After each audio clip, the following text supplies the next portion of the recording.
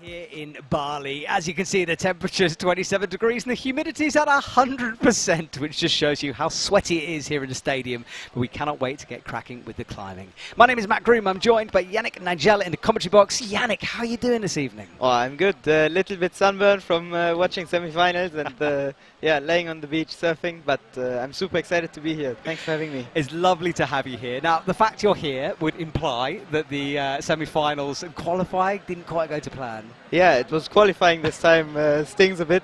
I got the pleasure of being 25th. So yeah, one spot out of the new format semis. Yeah. Unreal. Well, we are watching the semi-finals here. These are the athletes who made it through to the finals here tonight. Max Berton, another finals for him.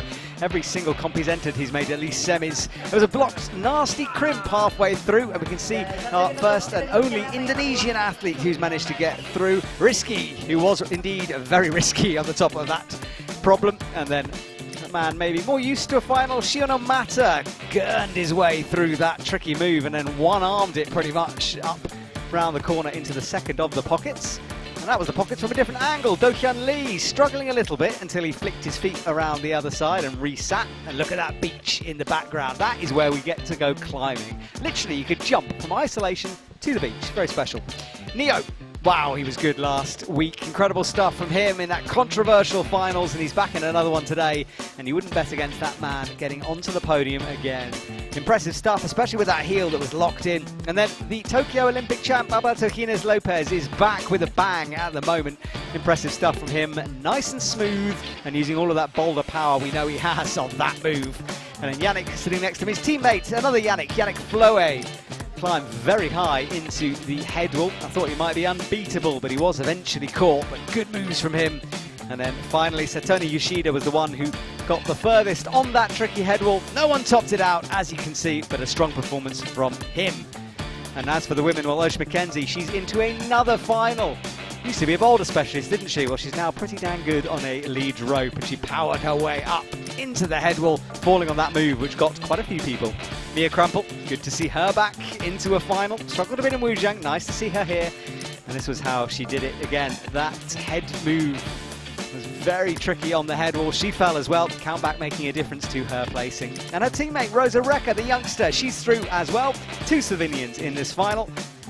And it was strong stuff from her, especially on this section here, which was tricky with the hands and very awkward. Then Flora Oblasser, wow, she came up fairly early into the semi-finals and set an early high point as well, which wasn't beaten for a long time. Easily into finals, halfway through in 4th place. Laura Rogera, the endurance queen, was back doing what she does best, on the headwall and fighting hard. This was the move at the top, went for the big jump, had run out of time by that point and just had to fling. Whereas Mori, well, she tried to crimp an impossible hole. There was nothing there for the right hand, but she didn't want to jump. Eventually she sort of had to pop, but as you can see, she tried to do anything but do that. Chaehyun Seo, though, wow, she did leap, and what a performance from the Korean athlete. Spectacular at the moment, boulder fit, super strong, topping out the route. And finally, Erin McNeice. Wow, this lady does it all, doesn't she? She was looking imperious throughout the semi-final. Made the clip from the second to last hole, but finished the route anyway. Why not? Good work from Erin. Now, Yannick, those are the 8 who have made it through to this stage. I think the biggest surprise was Serato. Came out last, and an early slip from him. Yeah, I just I realized later on, like after the semi-finals, how incredibly rare this is for him. I think, yeah, he was not really, being super nervous or anything. I think he's super consistent. I think this was his worst World Cup result in lead. Yeah. Wow, yeah, just shows how incredibly strong he is throughout the last few years now. It happens, doesn't it? He did make a mistake, and this is our stadium. Now, during the day, the ocean is right there in the darkness, but at night it's even more special. The lights of the resorts surrounding us, and lots of athletes in those resorts. And Yannick, enjoying yourself, I would imagine, out here in Bali. Yeah, of course, it's an absolutely incredible experience to be here, and absolutely incredible venue, but well, it also brings its challenges, no? Yes, it does, the heat being one of them. The heat being, the biggest one for sure. 100% humidity on that list. Now the athletes are being introduced, and that reaction to the clouds for that man, Risky, Mohammed Risky. And I had a chat with him in isolation. He said he was feeling a bit nervous, but he doesn't look nervous now, does he? No, I think he's locked in. And then Japan, Shion Omata is announced. Dohyun Lee in the middle there, looking nice and calm. Yeah, it's also incredible with the crowd now. It's super loud. I can barely hear myself I really talk. like it. It's crazy. And then Neo, there is Neo. Heroics last weekend. Let's see if he can do that again. Hopefully he doesn't have to do it again twice. Yes. No more repeats, please, B-layers. And then Alberto Jimenez Lopez keeping calm. He's used to the biggest of stages. He won't feel intimidated by this crowd. Your teammate Yannick Flohé. And you were saying, like, when he's on, he's unstoppable, isn't he? Yeah, I think from the physicality he has, it's incredible. So yeah, without mistakes, I think also the heat he really likes. The super cold weather, he said it's not really his style. He likes it a bit warmer than the usual outdoor climber, so he's thriving here. Unreal, well, he's definitely got that. And then Satone Yoshida at the end climbed higher and then he won. So we will start with the men. We'll move on to the women in the second half of our final. And we're coming up to just past 8:30 here in the evening in Bali. So hello and welcome if you're joining us from Europe. I think it's kind of mid-afternoon time, I think. Who knows? Yannick's finding out about that. Around about 2, I think. Around about 2, there we go. So hope you're enjoying your Sunday afternoon. Right, these two routes, women's on the left, men's on the right. And Yannick, what was your, we'll talk about the routes actually in a second here because we're going to look at observation. And Yannick, just talk us through what exactly is going on in this moment. I think an observation, you mostly try to find people that you know how they climb, how they look at routes, you know. The better you know the person, you know, okay, what do they like, what parts of the route are they scared of, you know, some people don't like the toe, so they try to find a way around it, even already in the observation. So yeah, we see most of the time you see people from the same nationality or people that at least speak the same language quite well. But yeah, we have super mixed finals, only with the Japanese, the 3. So it's super cool to see everyone kind of interacting with each other and going for it. It is indeed. And find some tips. Tips is what it's about, isn't it? It's trying to figure out the route with your team, with your sort of opposition, and yet you're working together, which is pretty unique for climbing. Yeah, I think there's not a lot of sports that are this open for kind of something like this. But sometimes you also have to kind of look about. Yeah, exactly that. Well, that's when they left. And let's have a look at the world ranking, shall we? This is the award that everyone's talking about, sponsored by Euroholds, and Serato Anraku leading the way. But his slip in semis has made a big difference to that overall leaderboard. Yeah, for sure. Place 16, the points get lower a lot in the lower part. So yeah, I think now there will be a big change for sure. I think so too. And Neo obviously is in this final. Alberto, Satone. So Serato is going to be behind in terms of the overall ranking. So we'll keep an eye on that at the end of the competition here today and let you know the new scores. But expect things to change at the top of the Euroholds ranking. It's going to be an interesting one. Right, let's check the starting list one last time, shall we, before we get cracking here. Just a reminder, Max Berton will be out first. He qualified last, squeaked into finals, but fantastic from him. Satone Yoshida, he was imperious out there. He'll climb last here tonight. The final athletes to compete for the men. And Yannick, is that an advantage or a disadvantage in your opinion? Well, I think for semi-finals, for example, it makes a big difference just because the time span is a lot bigger. Maybe the temperatures vary and also the holds, but for 8 people, I think even now in the evening it's dark already, so there's not really a big change. Of course, it plays in your nerves, okay, I was best in semis, I want to perform. But also it can change in the other way around, you see all people falling maybe on the same move and you're thinking, oh no, for countback, if I lose on countback, it makes a big difference sometimes. Yeah, it can be stressful, can't it? But as you said, darkness brings with it theoretically cooler temperatures. I'm sitting absolutely soaking in my t-shirt, so I'm not sure about that. Yeah, it's not a lot of degrees difference to in the sun, but or to noon. But yeah, I feel like with a little bit of breeze, and at least for the spectators, it was really hot in the sun for the semi-finals. Yeah, it really was. Fair play to everyone who watched, but what a crowd we had for that semi-finals. Absolutely packed in under the trees.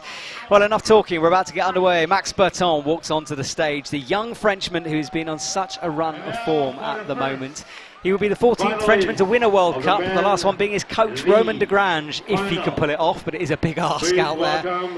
And he's had a good season. Wu Zhang, he was 18th, so missed out on finals there. So nice to have him back. And Yannick, look, he's a young man who is a young man. He doesn't seem to sort of be stressed particularly out on stage. No, I think for Max, he's very confident in his ability, and I think also, he knows how strong he is. He knows how strong he was last year. I think, he gained a lot over the last year with, progressing every time, getting higher and higher, ranking higher and higher in the semifinals. Also, I think it was Briançon, kind of his breakthrough, making finals, becoming 4th, in front of a home crowd. Yeah, maybe setting his goals for the next season or for this season a lot higher. We'll see. It was a very special moment in Briançon. Now, just to explain some of the graphics going on here, the leaderboard down left, that will add up his score.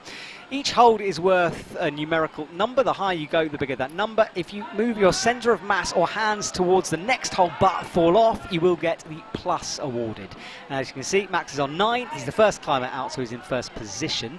And now he's heading up towards some no-text holds. And Yannick, this is where you've got to be quite precise, haven't you? Yeah, for sure. Now you mostly have small crimps put onto the no-text parts, so you shouldn't miss the crimp. But with red and blue, I think you can see and hit them quite well. He moved really quickly through the lower part, so I imagined it to be a bit more bouldery, a bit more uncomfortable. But he looked very confident and moved with the commitment on the single moves. That is a classic Max move on the feet first section, hyping the crowd. That's such a Max thing to do, isn't it? Yeah, for sure. I think you have to have the confidence for this. And feel good in the route, but he looks super strong. He looks really calm and precise on his moves, so super excited to see what he's going to do now. Yeah, me too. Our drone there gives a great shot down on the climbers. Very overhanging, this wall. You can tell by those quick draws hanging off, and Max with good flexibility with that right foot. And Yannick, I know you haven't climbed on this route, but is this a moment that you would pause here, like he's doing? Yeah, I like the helix, so moving out of the toque, I think the no-text part, the feet first part is something that you kind of worry about in an observation because you're not really sure. Wow. Yeah, that left foot is on nothing there on the reds. He cheated fully. He didn't go for any of the baguettes on the left. He went straight up. Yeah, just to point out to everyone, when we say cheat, we don't mean he actually cheated. What we're saying is he changed the expected beta. Now, this is a foot first section through here, but again, sort of slightly different from how we read it, maybe. No, the foot first section was way lower, so he's above it now. He took the last rest, the setter set. Oh, sliding down, just about finds that left crimp, which is sloping. Nice. Yeah, you're right, he kind of cheated the no foot section, that's why I was confused. Up towards that clip. Well, he seems to be fighting now really well. Yeah, you're right. Maybe he can find a small rest on the crimps now. I think, if you're through the more bouldery part, you can, sometimes prefer the crimps now.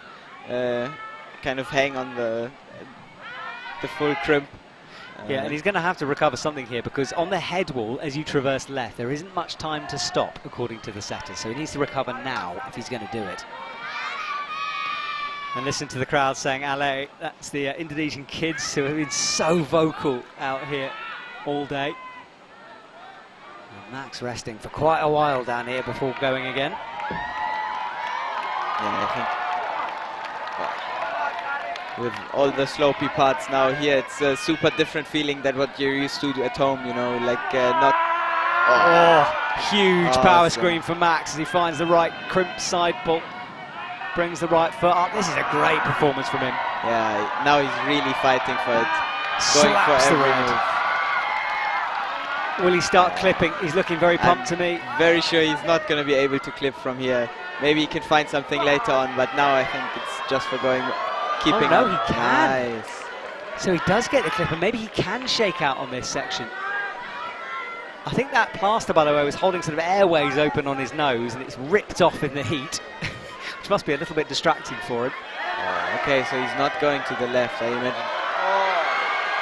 Now he's really fighting, getting as close to the wall as possible. Kind of trying to, get off of the hands with his body. Amazing fight from Max Berton as he gets stood up. Wow, look at this. Well, he's getting very close. Sloper. How? Every move he does, I can't believe it. Reaching again. Finally he goes with a last scream to the crowd. This was, what a performance. He really enjoyed that, and so did we. Great one from Max. That is a pretty good high point for the first athlete. Well, for sure. I think this will be hard to beat. He fought, I would say for the last 20 moves, he went for everything, going all out on every move, and then kind of always finding his way back. Getting the clips in, getting a small shake. Right before the head wall, he used the crimp section really well to get something back before the slopers. You know, it's a kind of different hold position that you shake on. So incredible stuff. Well, he pressed his way up onto those high crimps. Let's have another look at that run then. So he started off calm. So this is the feet first section. He went through really well. And then this was the head wall, that mantle press, and then just slipping down that volume and firing out. There were holds over to the left to be had if he'd had a bit more oomph, but couldn't quite get it done. Right, so those are tote bags, by the way, on stage. They're new from Trango. They're designed just to keep everything neat, and as you can see, the ropes fit nicely into them, and the ropes themselves as well are brand new. And the last 5 meters, front and back, are painted red, and that's to prevent the biggest accident we see in climbing, which is people being lowered off or rappelling off a rope. And if you think that's a simple thing to do, it's really not. By doing this, the rope's attached 32 times by human hands. So it's a real performance to get those ropes looking the way they do for safety. So it's a nice innovative feature from Trango, so thank you guys. Right, Rizky comes on, Mohamed Rizky from Indonesia. Yannick, he's got to be feeling so much excitement, pressure, nerves right now. Yeah, I hope for him that he's not really feeling pressure. You know, he came into semi-finals as 24th, just sneaked through kind of, and then had, the performance of a lifetime. He fought for 5 minutes 30. I don't know who watched the semis, but this was incredible. Setting a really good high point that stood for a while. Also, just people trying to matching it and getting in front of him through countback. So he's really up there with the top people. Yes, he is. Second ever semi-finals, first ever finals, but he's struggling on this heel hook. I think he's slightly misread this one. We saw Max leap to the left. I was going to say, you have to kind of go for it instead of trying to cheat the jump or skip the jump kind of. Yeah, he's slightly misread that. Tried it feet first with the heel. As well, also, the longer you stay on these small, bigger slopers, the worse they get. It's not, especially now in the heat, they feel more uncomfortable every second you stay on them. Yes, and this is going to be affecting him. He drops down, of course, in his head. You know, he's only 2 clips into this thing. Sorry, 2 clips in, so he's just going to be feeling just a little bit freaked, in all honesty. Yeah, for sure. Now in these moments, there we go. Okay, nice. Yeah, once he committed, it's not too hard. For sure, I think this is elite, always a big problem. You know, you look at jumps, you're super scared, but if you would do these in bouldering, you wouldn't even think twice. You know, it's an easy warm-up jump, kind of. Of course, some of them are sketchy. If you're pumped, they get harder for sure. But it's now in the lower parts, I think it's mostly, for show and for the setters to kind of, you know, get you pumped through mistakes like these. Being indecisive or not really trusting yourself. Yeah, and it's a great way to describe it, Yannick, because that's exactly what's happened here. We can see Rizky, you know, he's having to shake out. A minute's gone already. 2 minutes. 2 minutes, sorry, 2 minutes gone already. And he's 3 clips in. He's in some trouble here. He is for sure, but we saw him in semi-finals in this, already super physically hard route, climbing for 5 minutes 30. So I wouldn't write him off now. I think he seemed to have found something back on the shake after the jump. We'll see. He's up against it now, though. Can he fight through and find something special? Comes up with the left hand, and he has composed himself. You can see just that deep breath he took down low. I think that did a good job for him. Also now you can see, you know, how big is his shoulder activated. You know, if he's hanging on the long, right now he's clipping from a really long arm, not really, you know, in the 90-degree. That kind of shows, okay, how stressed is the person, how stressed is the climber now. He is carrying a left shoulder injury as well. You can just see the tape coming out. I chatted to him in ISO, and he said he was struggling with it. And you can see the sweat standing out in his arm now, working hard. That says a lot about people being used to the conditions, you know. We saw some of the Indonesian climbers in semi-finals climbing in long pants. This is, but now he's approaching the feet first section. We saw Max going through there, really committed, being sure of what to do. He's not really, he's trying the right way, but now he tried too often. Also, the tension is going away. Yeah, this is going to be a learning experience for Risky here. You can see just not comfortable on some of these moves and eventually comes down. Look, you have to give it to him though, because that is a good fight on moves he wasn't sure of. And he knows, you can tell he's disappointed, but when he looks around and sees the crowd, the support they give him, I think he'll be proud. Yeah, I hope he enjoys these moments. It's always kind of hard to do when you reach a new level, you know, a new round that you're not really used to, and then you don't really do the performance you wish for.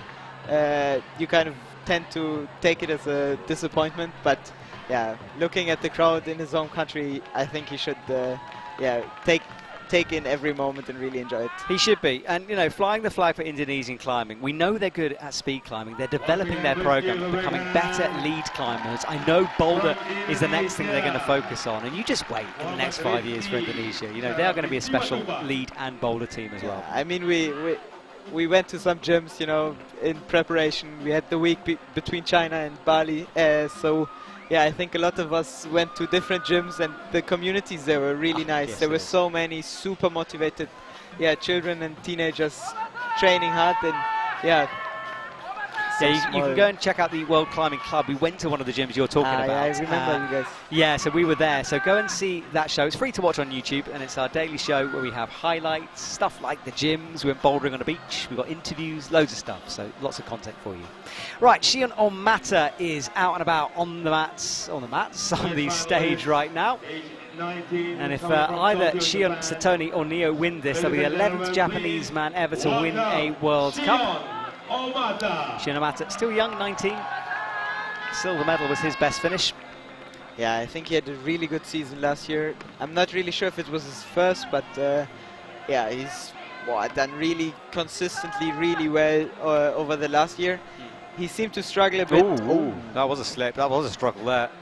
I think he's all right, though. Yeah, going into the route a bit too fast, you know, too overexcited, wanting to get through the moves in the beginning really quickly. Can lead to a bit of not really being focused. He will know that Max did really well, for sure. I'm just watching his fingers slide down that hold there. Risky start. Yeah, he was 5th in Jakarta back in 2022, so he's had good performances out there. Yeah, also last year in the World Cup ranking, he did really well. I think got only beaten by Toby and Zorato, so quite the names to be up on the podium with. He seemed to struggle a bit last weekend in Wujang, but seemed to find his way back really well in the route. Got a really good fight in, I think, on the pocket part in semi-finals. I'm excited to see if he kind of loses a bit of the nerves and just can let go, you know, fight again as he did in semi-finals. Yes, he's going to have to fight here as he comes up with the right hand. This is a no-foot section. We saw Risky really struggle on. Heel in from him. And he'll get that clip in before making the little traverse over to the right. It's one of those moves, I mean, you read this immediately when you come out. I think experience does play a part in this. Yeah, for sure, but I think even like now on the red parts, if you're standing on the podium looking directly at the route, you will see the small blue crimp on the third dish, and then kind of seeing, okay, this is the moves I'm supposed to do. You can always also see the chalk that the setters put up, kind of use the thumbs as indicators to see, okay, this is what they used, which hand they used. Yeah, spotting the chalk, spotting those clues is very important. Remember, these athletes, this is the first time they've climbed it, they have had a look at it, they've never pulled onto these holds before, and every trick that you can see will help you. Right, Shion, back to the right hand, brings that left foot in, being really nice and precise with the feet so far. Here we saw Max do a really nice long shake with the heel on the right. I think Omata is a bit shorter, so maybe the heel won't feel as comfortable, but he's also taking the resting position. We have 2 spucks on the big middle baguette for the left side, so I think this kind of brings a bit of a different position and also a different feel to it with the Spacks on the slopers. Oh, Shion slips trying to go direct. Now that's the difference between Shion and Max. Yeah, but Max also did it, or at least, yeah, Max did it the same way Shion tried it now. I think height did play a small factor, but it also seemed like his foot kind of slipped on the right, so I'm not really sure. It's really interesting to me that he went for the jump straight up, because especially as smaller people or smaller climbers, they usually go for the right beta just because they know, okay, this is the beta I'm usually good at, or they kind of look out for cheat betas, but more for their size. So this is usually something taller people look at. But maybe it seems super obvious if you're in the position. I mean, if we look at the screen now, it looks like it makes sense to go straight, you know? It does, but then, I mean, we kind of saw this with the women's where Yutong Zhang, she sort of jumped through a move to the right, so everyone else did the correct sequence, she went left. I talked to her about it, and she said it was easy for me. I asked her why Osh didn't do it, and Osh apparently just said, look, I saw the proper way of doing it, and I didn't want to risk it. So I guess it is a risk thing, isn't it, skipping Yeah, hold? for sure. I think you have to also say, okay, I mean, for example, if you look at the woman's example you just said, Osh is a really good boulderer, so she knows, okay, this move won't really take a lot of energy from me, but if I hate this move, I will more likely try to skip it for sure. Yeah, very true. Right, Dohyun Lee, athlete number 4, out onto the mats. This man really is a fantastic all-rounder. Makes a double clip down low.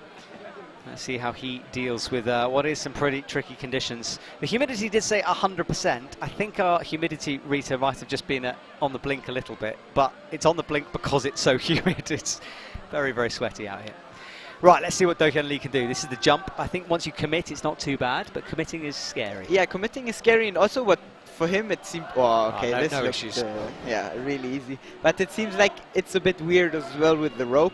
You know, you don't want to be stuck in the rope moving with the right hand, so you kind of have to decide, okay, do I go around it or do I go through, you know, kind of, set myself up in the right way. It's a good point, you know, and it's pretty much the first move on the route. It's, I quite like to see it in all honesty. We see it lots with the women's route, not so much with the men's. You know, early jumps, so I quite like it. Anyway, Dohyun Lee up. Oh, wants to put a toe hook around the corner. Changes his mind.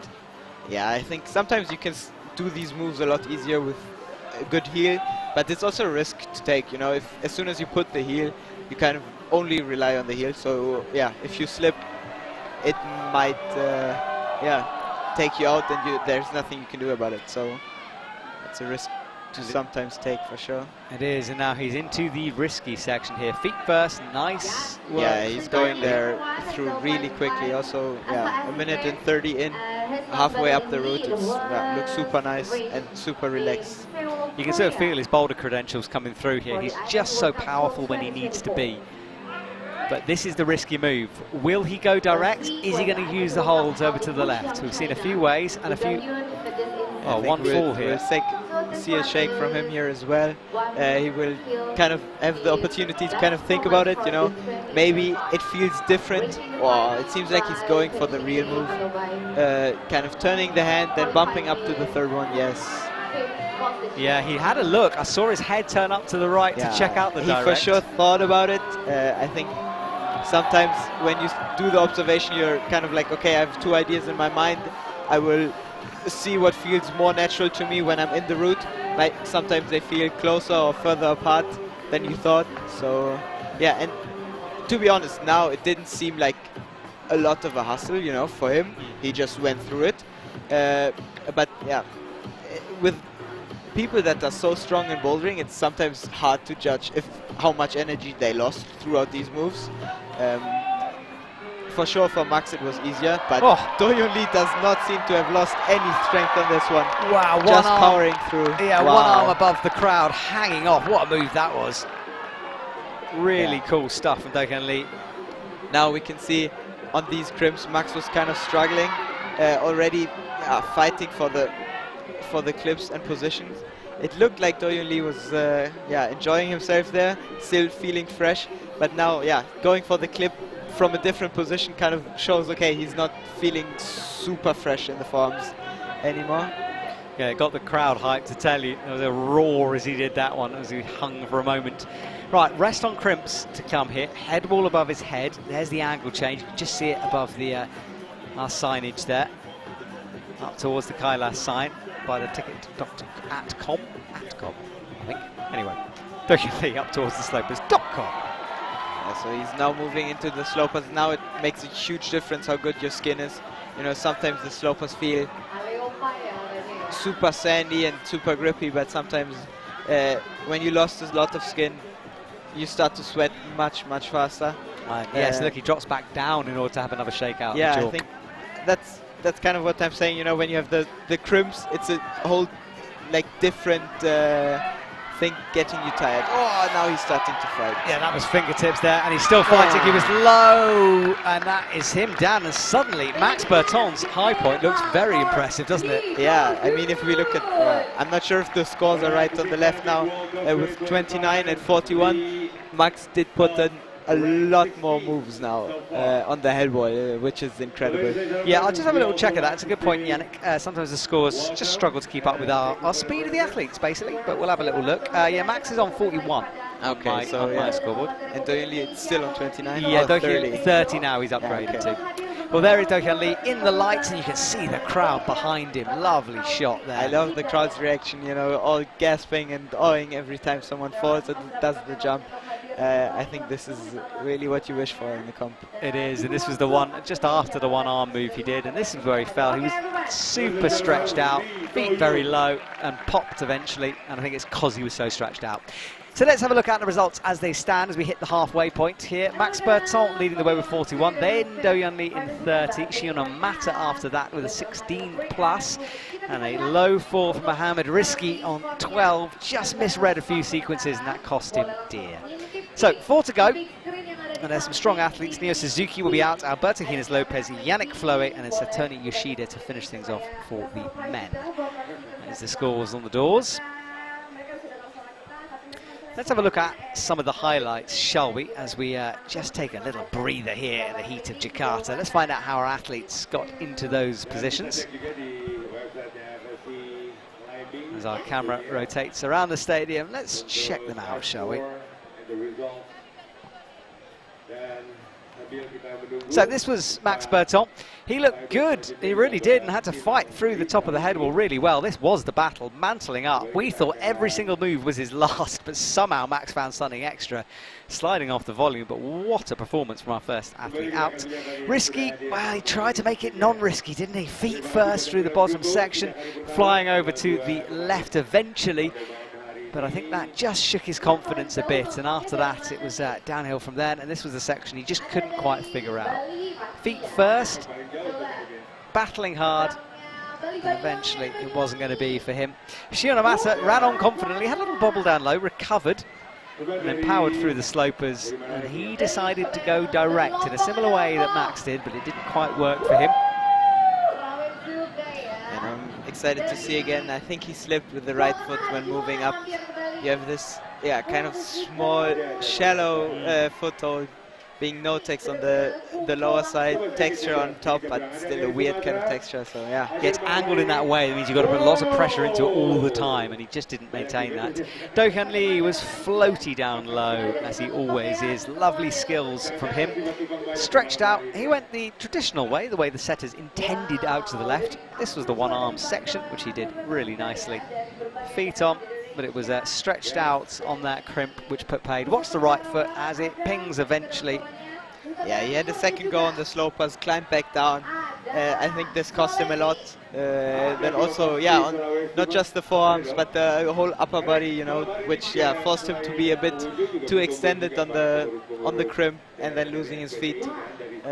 Yeah, he looked super strong till then on the small crimps. Looked like he could recover.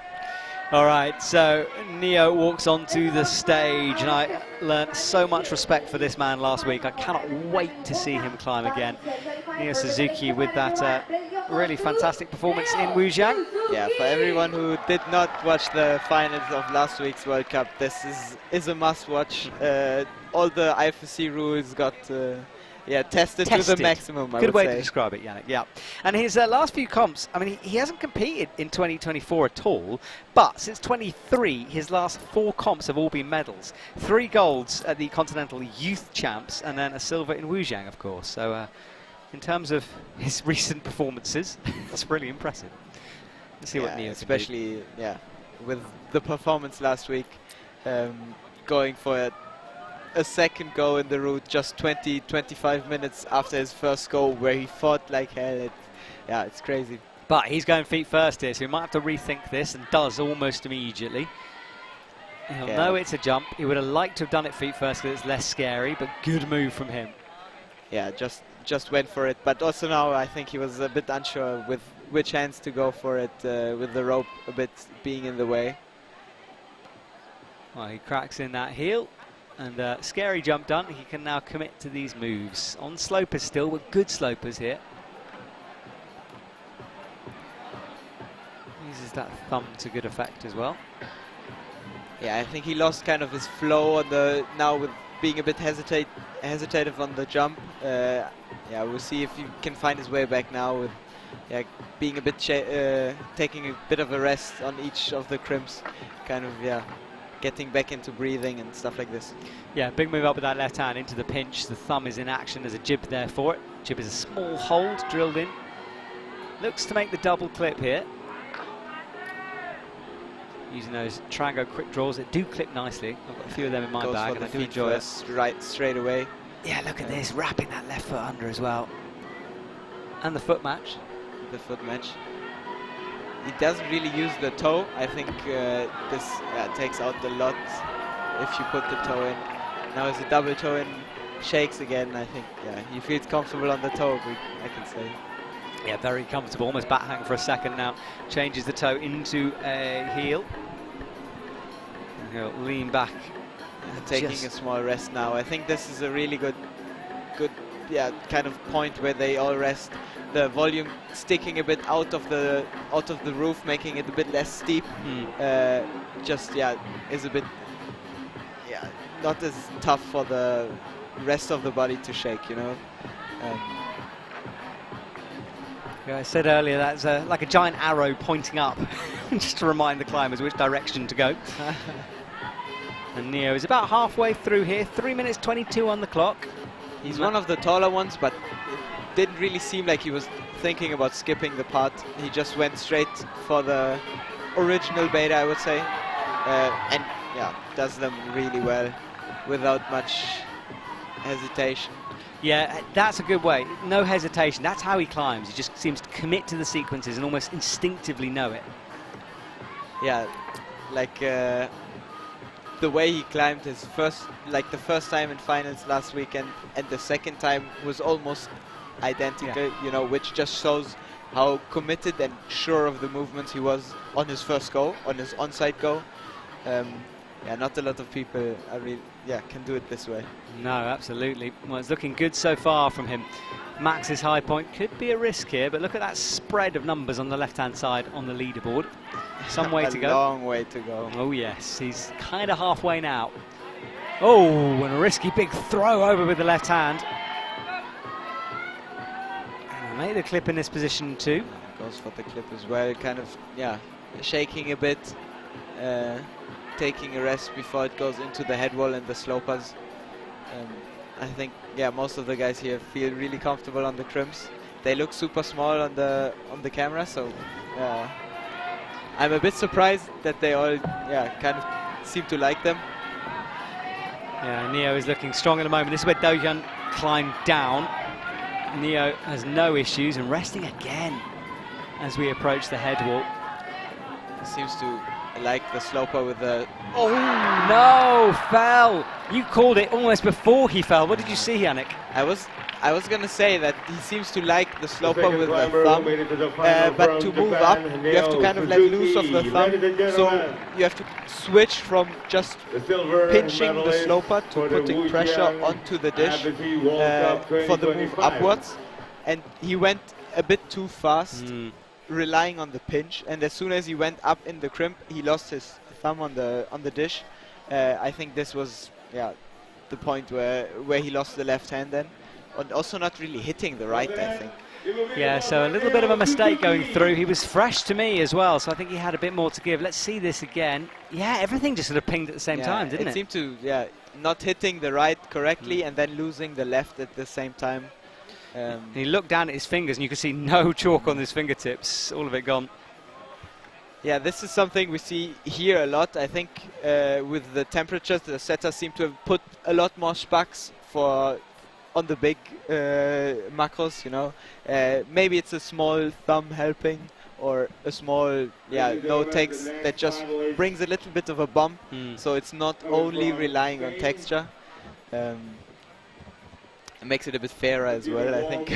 Yeah, I agree. Right, Alberto off the deck and onto the wall then, 2 clips in, and the Tokyo Olympic champion is underway here. 2 finals in a row for him. And he'd like to be back on a podium again like he was last week. Let's see what can happen. Yeah, he seems to be really on form. Also focusing on the lead, not having to do bouldering in between. Full commitment on that jump as well. Just took 1 second to breathe and jumped into it. Yeah, but now you can, for Alberto, you can see he kind of tangled in the rope. It wasn't a problem because the jump was not as far, and he seemed to have everything under control. But if you, don't think about it, it can surprise you, and you can have it on the hold, and then make a problem out of it. Especially that low. You know, you don't really want to be falling off on the second quick draw of a route. It's a bit of a scary time to be gone. So I think all of that is in everyone's heads. All right, up to the high pinch. Good stuff from Alberto. Through the scary bit down low. Mentally more than physically scary.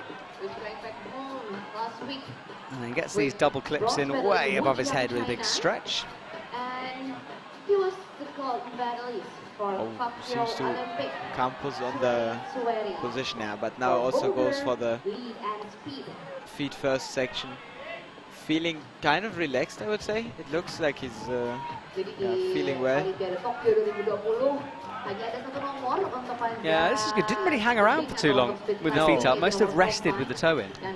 Yeah, I think, he does the same now, but switching to a heel, kind of showing that he might prefer the heel to the toe. Yeah, it's a good hold, isn't it? I mean, you can work out something on that.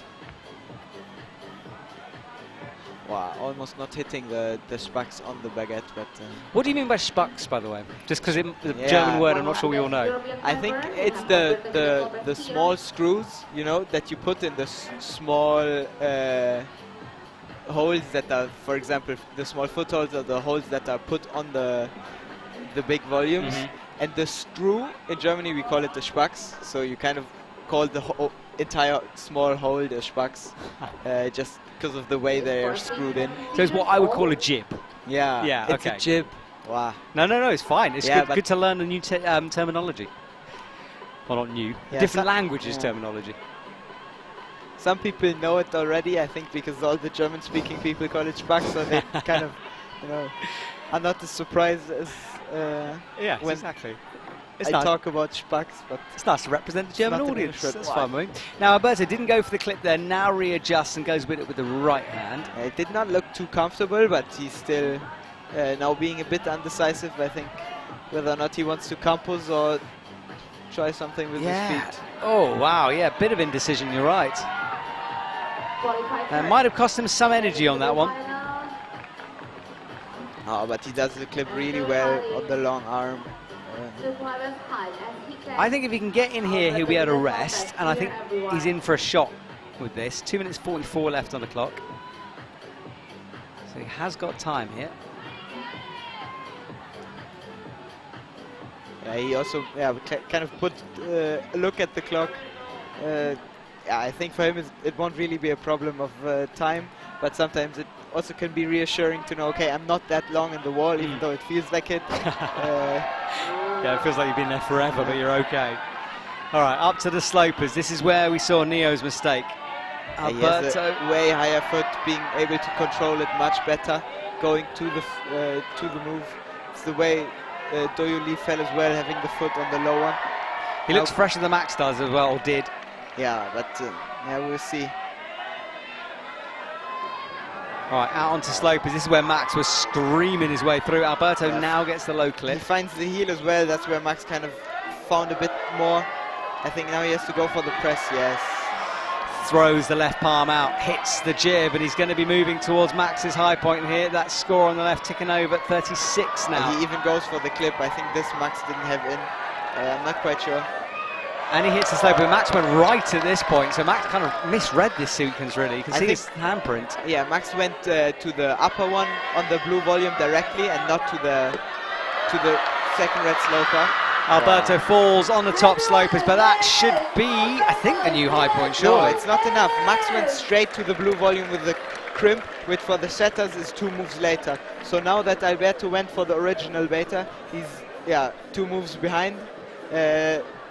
Because Max kind of, I would call it cheating again, but it's not cheating, as you mentioned. Yeah, exactly. Before. It's figuring it out, isn't it? But you're right, because each hold is given a numerical value, and if you kind of skip through some, you're given that score, and that's what Max did. So he's up. Alberto did get the plus then awarded. Yeah, that's now probably the question whether or not he gets the the last big red volume as a held or as a plus. I'm not quite sure what the judges saw on the screen. I would have called it a held, but maybe it was also slow motion on the screen. Yeah, he slapped it nice and hard. Whether he had sort of control over that hold, whether he was using it, it's a debatable thing. Debatable thing. Yes, and luckily we're not judges. They get to have that little conversation. Well, we'll see. We'll let you know if there are any appeals that come through. Oh, it's game time for me. Yeah, Max, of course, guaranteed a medal now as well, unless things change with that score, but I don't think they're going to. Right, Yannick Flohé is on to the wall here. Eyes up this jump. He'll enjoy some of the same. He's about to run then, and maybe change his mind. Now he's going to run. Easy through. I mean, look, we know how good Yannick is at boulder. And look, let's talk about that a sec, because you'll be able to tell us more than anyone. Why isn't Yannick bouldering this year? I think he got a bit, I would say upset, but frustrated with the bouldering. Not so much of the style of the boulders, but just that it's super, super hard to be consistent, And sometimes you have a good competition, the boulders suit you, and you make a podium or you make finals, but it's super hard to say, okay, I go to a competition and it's pretty sure I make finals, for example, just because the field is so stacked and it's really dependent on how much the boulders suit you. So I think for him, this is, in lead, it's, I would say easier, but for him, it makes, it's a lot more consistent. Yeah, I guess you can sort of, you kind of know what's coming. Like, there aren't as many big tricks, there aren't as many sequences that you can sort of misread or get wrong in lead, and it's, you can maybe train a little easier for it. Yeah, it kind of, comes down more to the physical form, I would say, and not as much on the route and the style. Kind of, I think Yannick would say, if you're fit, you're in finals. If you're strong enough, you kind of always, make it through.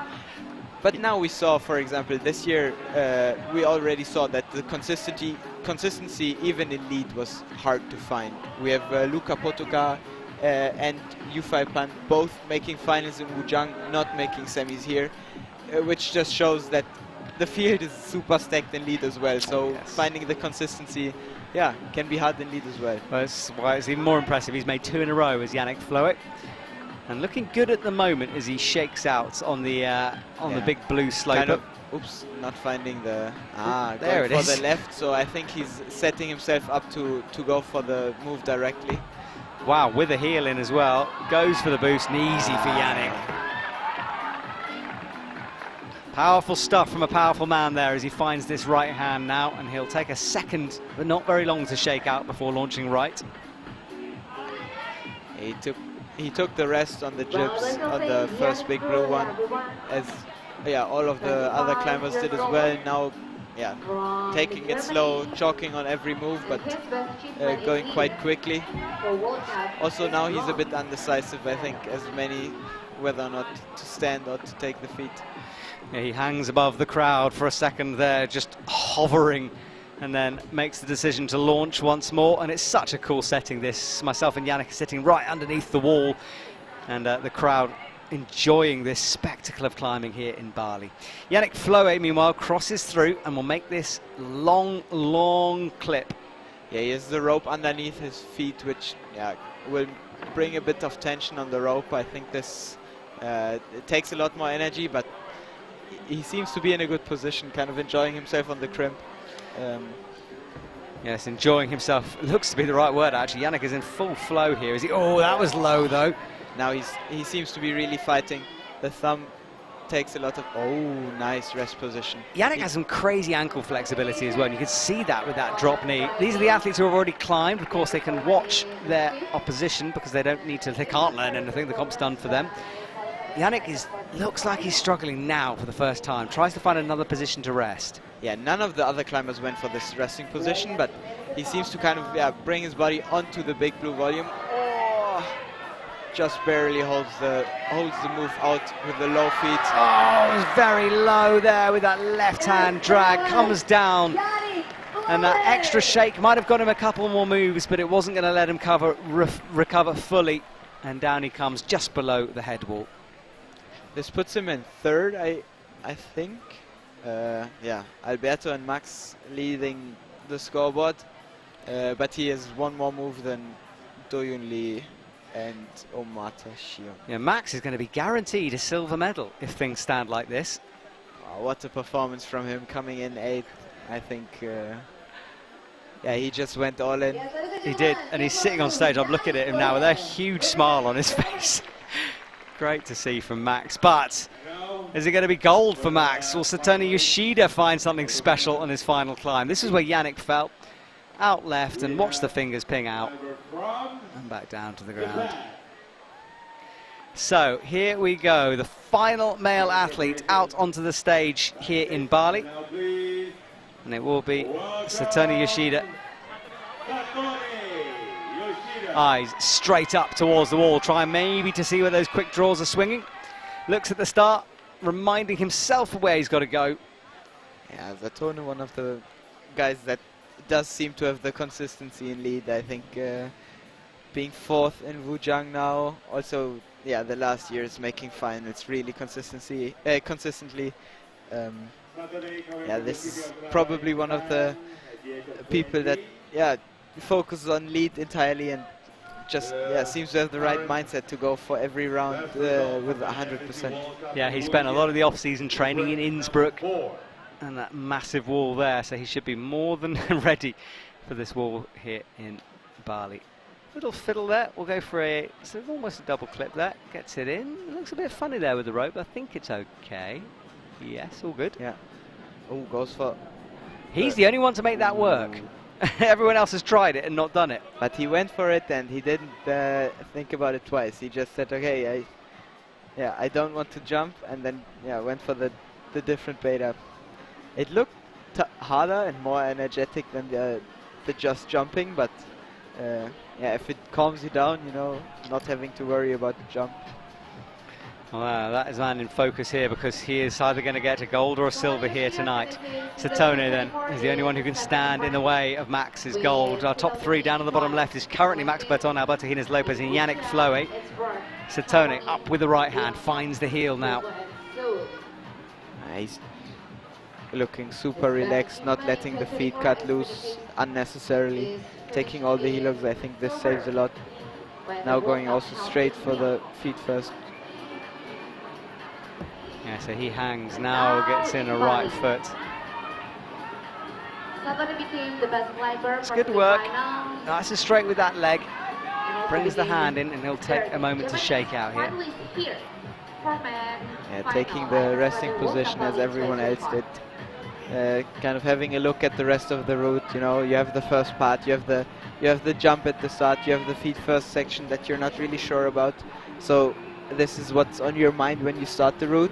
And now you kind of, reset. You say, okay, I have the first part where I know it's not really hard, but it's something risky. I don't want to fall there because then the final would be kind of wasted. And now he sets up for, the next bigger parts. Yeah, so Satone through the bottom quarter makes the clip, and now let's see how he does this one. He's looking left. Now looks up, trying to mind read him. Yeah, but he goes for the right crimp, so he's going for the real intended way. Has a small foot slip, but I think corrected himself quite quickly. He's now powering through. Yeah, walks those feet through nicely. Still has there. to clip though. Yeah, a bit awkward, isn't it? Really pressing. Very shouldery clip, that. Yeah, this might have taken a lot. He's also thinking about what to do. Wow. It's interesting, you can see the thought process, but once he decides to do something, he just goes does it. for Yeah. Yeah, this is super cool to see. That's true. Yeah. He just, yeah, he kind of thinks about it. He climbs a bit slower, but once he sets his mind, he just goes for it. He's not really hesitant on during the move. I think this. Also another super intensive clip with the rope being fully underneath the red sloper now. I just wonder if all these little mistakes is going to add up in a couple of minutes, or seconds even, because he is shaking out pretty hard here. And a power scream as well, so yes, this man might be about to walk away with a gold medal. To be fighting already. But yeah, we know Max was fighting there as well, so let's see what he does with the slopers. Going for, he seems to have the pinch quite well on the left. Blocking up with the high feet, super relaxed. Looks more in control than Yannick did here, but this is the move, and he'll pull the rope. I think he thought of that clip, or maybe just wanted a bit of rope drag. The left, if you look at the rope, I think we can see it on it's wrapped around the volume, you're right. It's wrapped around the red. Yeah, so this is going to be, this is why he's pulling. Super huge drag. There we go. Now the red. This is not a belaying problem. This is just the fact that the rope was caught around the bottom volume. Yeah, it's about the way he clipped it. It was dragged underneath the red volume. He managed to flip it around now, so he clips the same way as Max and Alberto did, out of the heel hook position. Right, he's close. He's already got a bronze medal. Can he upgrade to a silver? That's a good position to shake. He wants the crowd behind him as well. That's an awesome bit, and he's standing up. He's obviously got something in the tank. He seems super relaxed now. Doesn't he? This could be Satone's day. Couple of moves. There's the sloper, right hand through. Really well. Left hand, suddenly he's in second. 38 now, outright. This is looking pretty good for Satone Yoshida. He was very good in semi-finals, and now he moves into the gold medal position. Satone Yoshida slips, but it's not going to matter. He does take gold, and he sees the scoreboard, and he knows what he's just done. Wow. Brilliant stuff from Satone Yoshida. This is so cool to see. Super happy. I think he knows what he just did. He took his opportunity and he just went for it. Yeah, his best finish was second, so this is his first ever gold medal, and you can see what that means to Satone Yoshida. What a fight as well. He seemed to be struggling a lot on the crimps, then having the rope drag underneath the red big volume, not being able to clip, and then finding his way back on the head wall as well. Wow. Yeah, I did wonder. Such a good goal. I wondered if he did like lots of mistakes through that run. It wasn't perfect, it wasn't that clean, but it didn't matter by the time he got to the top. Yeah, he had 3 super intensive clips, I think, and then being hesitant on some of the moves, or at least having to think about some of them.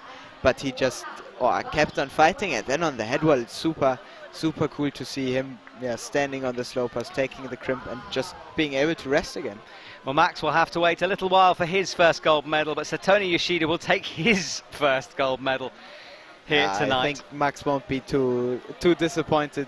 First podium, first silver medal after making it through 2 finals this year. Good stuff from Max Berton. Right, well, that's our top 3. Satone Yoshida wins the gold here tonight with a 42. Max Berton, as you said, first podium for him, and it's a silver medal as well. Impressive stuff. And Alberto Gines Lopez in 3rd with a bronze. Another medal for him. Yannick Flohé after that. He came so close on that head wall. Maybe a slip, who knows. And Dohyun Lee, followed by Neo Suzuki, Shion Omata, and then Mohamed Rizki down at the bottom. So, Yannick, we can take a deep breath here, because that's one half of our final done.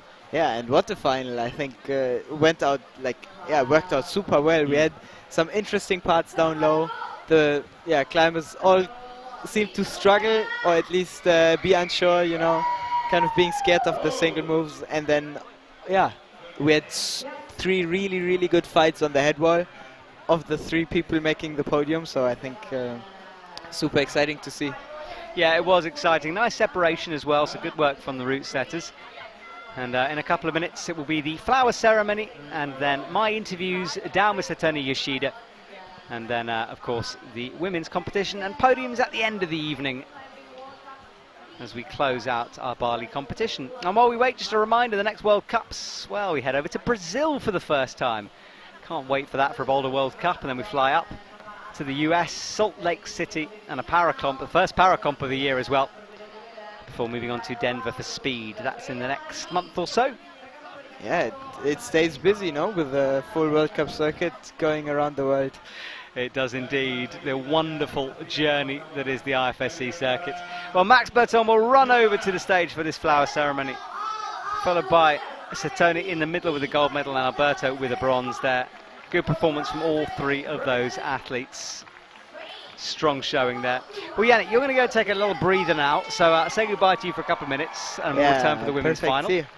And I have the pleasure of going to interview that man in the middle in a couple of seconds. So do stick with us. We'll be back soon for the second half of our final. The women to come, starting off with Oceania McKenzie and finishing with Erin McNeice. And the women's route punchy down low, so you don't want to be going anywhere for that.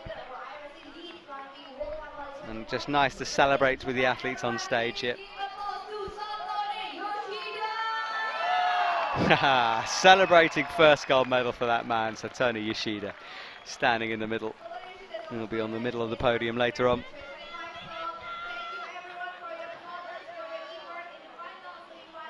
Right, so there we'll leave. I will go and find the athletes, and I'll see you in a bit. Hopefully, you had a good time so far in Bali, because this is the first time ever Bali become the host for the IFSC World Cup Championship. Yes, dan kita juga nggak boleh lupa kita kasih apresiasi tinggi-tingginya untuk para finalis di final IFSC Lead World Cup Bali 2025. Kita punya Shion Omata dari Jepang, Dohyun asal Korea, asal Jepang, Yannick Flohé asal Jermani, dan Muhammad Rizky Syahram Peristiwa Tumpah wakil Indonesia. Dan sesaat lagi kita akan menantikan bagaimana dari kelompok putri selanjutnya akan memulai babak final sesaat lagi. Yes, dengan kemenangan Satone Yoshida di Bali, ini juga sekaligus mengubah positioning untuk ranking atau peringkat IFSC World Cup. Kalau tertinggi is Satone Yoshida dengan 1.610, diikuti Alberto Gomez karena dia back-to-back bronze medal juga di Wujang dan Bali, dan saat ini mulai 1.380, dan di peringkat ketiga adalah Leo Suzuki wakil Jepang di peringkat dengan skor 1.000. Dan sebagaimana kita saksikan bahwa memang 10 besar peringkat di IFSC World Cup dipegang oleh para climbers dari Jepang, ya.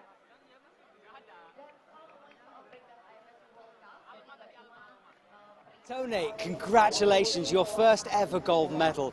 I know you were feeling a lot of emotions out there on the stage, but just talk us through your feelings right now. Yeah, thanks so much.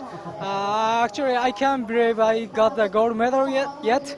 You know, I'm too excited, and actually, I can't say anything for now. Yeah. It seemed like an interesting run. You did make a couple of mistakes along the way, Yep. but you recovered brilliantly out there on the wall. But it did look like a bit of a fight, especially at the top. Yeah, actually, I was so confident because I could, you know, get the first place in the semi-final. So I really joined the final with really positive. But you know, it's so humid, and even if I choke up a lot, but it's still like you know, wetty and sloppy. So I was sometimes struggle there, but yeah, I was still confident until I fell off. So yeah, I think I did my best. You did indeed. Congratulations on that first Thanks gold so medal. much. Enjoy every second of it, and we'll see you very soon at the next Yeah. competition. Thank you. Thanks so much.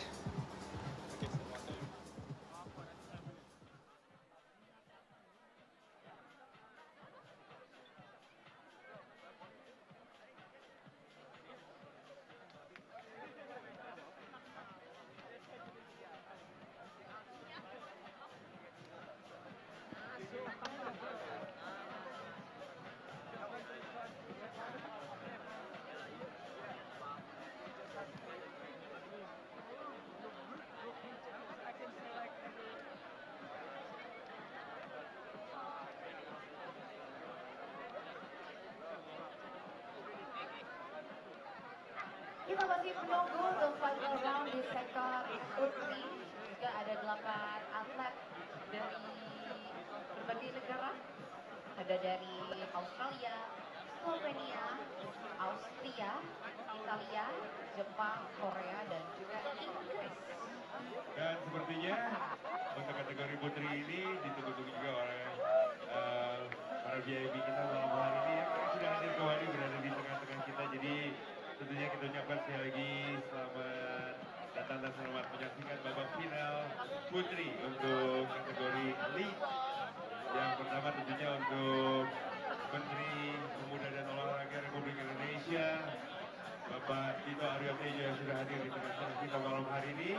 Gak pernah absen loh tiap IFSC World Cup digelar di Indonesia. Jakarta 2023 hadir, and now let us welcome our finalists for IFSC World. Right, everyone. Well, it's almost time for the women's side of the competition. We switch our attention to the left-hand side of the wall, and the women have just filed onto the stage, ready to be announced to our audience. And there they are, the 8 women who have made it through. And Yannick, I mean, what a men's final. We have to reset for the women's now. Yeah. Let's talk about favourites here. Osh qualifying in last position, but we have to look towards the right-hand side. Erin and Shion Seo, I mean, those two are pretty strong right now. They were super strong as well, like in Wujang. I can't say it enough. You have to go watch the finals if you haven't done so. Another one, shared gold medal of the both of them. What was incredible to watch, and they seem to be on fire. They seem to really have found their lead shape. Yeah, I would agree with you. They are just turning up the pressure. Both of them boulders, of course, and have just coped with all the tricky moves. Laura Rekar next to Flora Oblasser, and then Mori after that. And Mori will get quite a reaction from this crowd, as you can hear. They absolutely love her here in this stadium, and it is great to have her competing again. She missed Wujang. I was expecting her to compete there. Yeah, me too. I thought she was going to go, for the full lead. She obviously is going to go for lead focus now. Yeah, maybe. I don't really know why she decided to skip China. I heard it was a school commitment, basically, that she had to study. Whether that's true or not, I don't know, but that's what I was told. So the women leave with one last glance up at the wall. Osh will be out first. Osh looking super chill, as she usually does in these situations. Very experienced with finals by now. Yeah, also making finals in Wujang, showing real consistency in lead as well. Yeah. Really good lead form. She is, and if she gets any medal, it will be a national record. So that'd be cool to see for the women. All right, so we're a couple of minutes away here. That's the very top of our wall. And we flick back to the stage. Osh will be just tying in that rope, getting ready. Judges run across the stage, and this was the observation period early on. Same thing with the men. They get to read the routes, figure it out. And Yannick, what kind of tactics do you use when you read a route? What are you looking for? For me, I like to put the routes in parts that I really want to climb fast, because I know, okay, this is just something that's draining me physically. Where I also, don't want to lose too much time trying to, chalk up and go one move, chalk up again, go another move. And then I like to find rest positions. In the routes nowadays, I think it's hard to find them from the start. Sometimes you just have to go with your feel and say, oh, this is a nice position, I should rest here. But I usually like to see them from the start.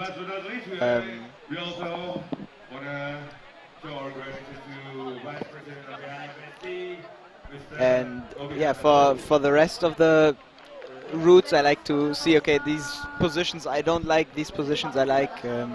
Then go for clips. I usually don't look at clips that I have to do or where I want to do the clips, but at least if it's even the long draws or positions where the route is going left, right, I go, look at the route, kind of which clip do I have to take, which can't I miss.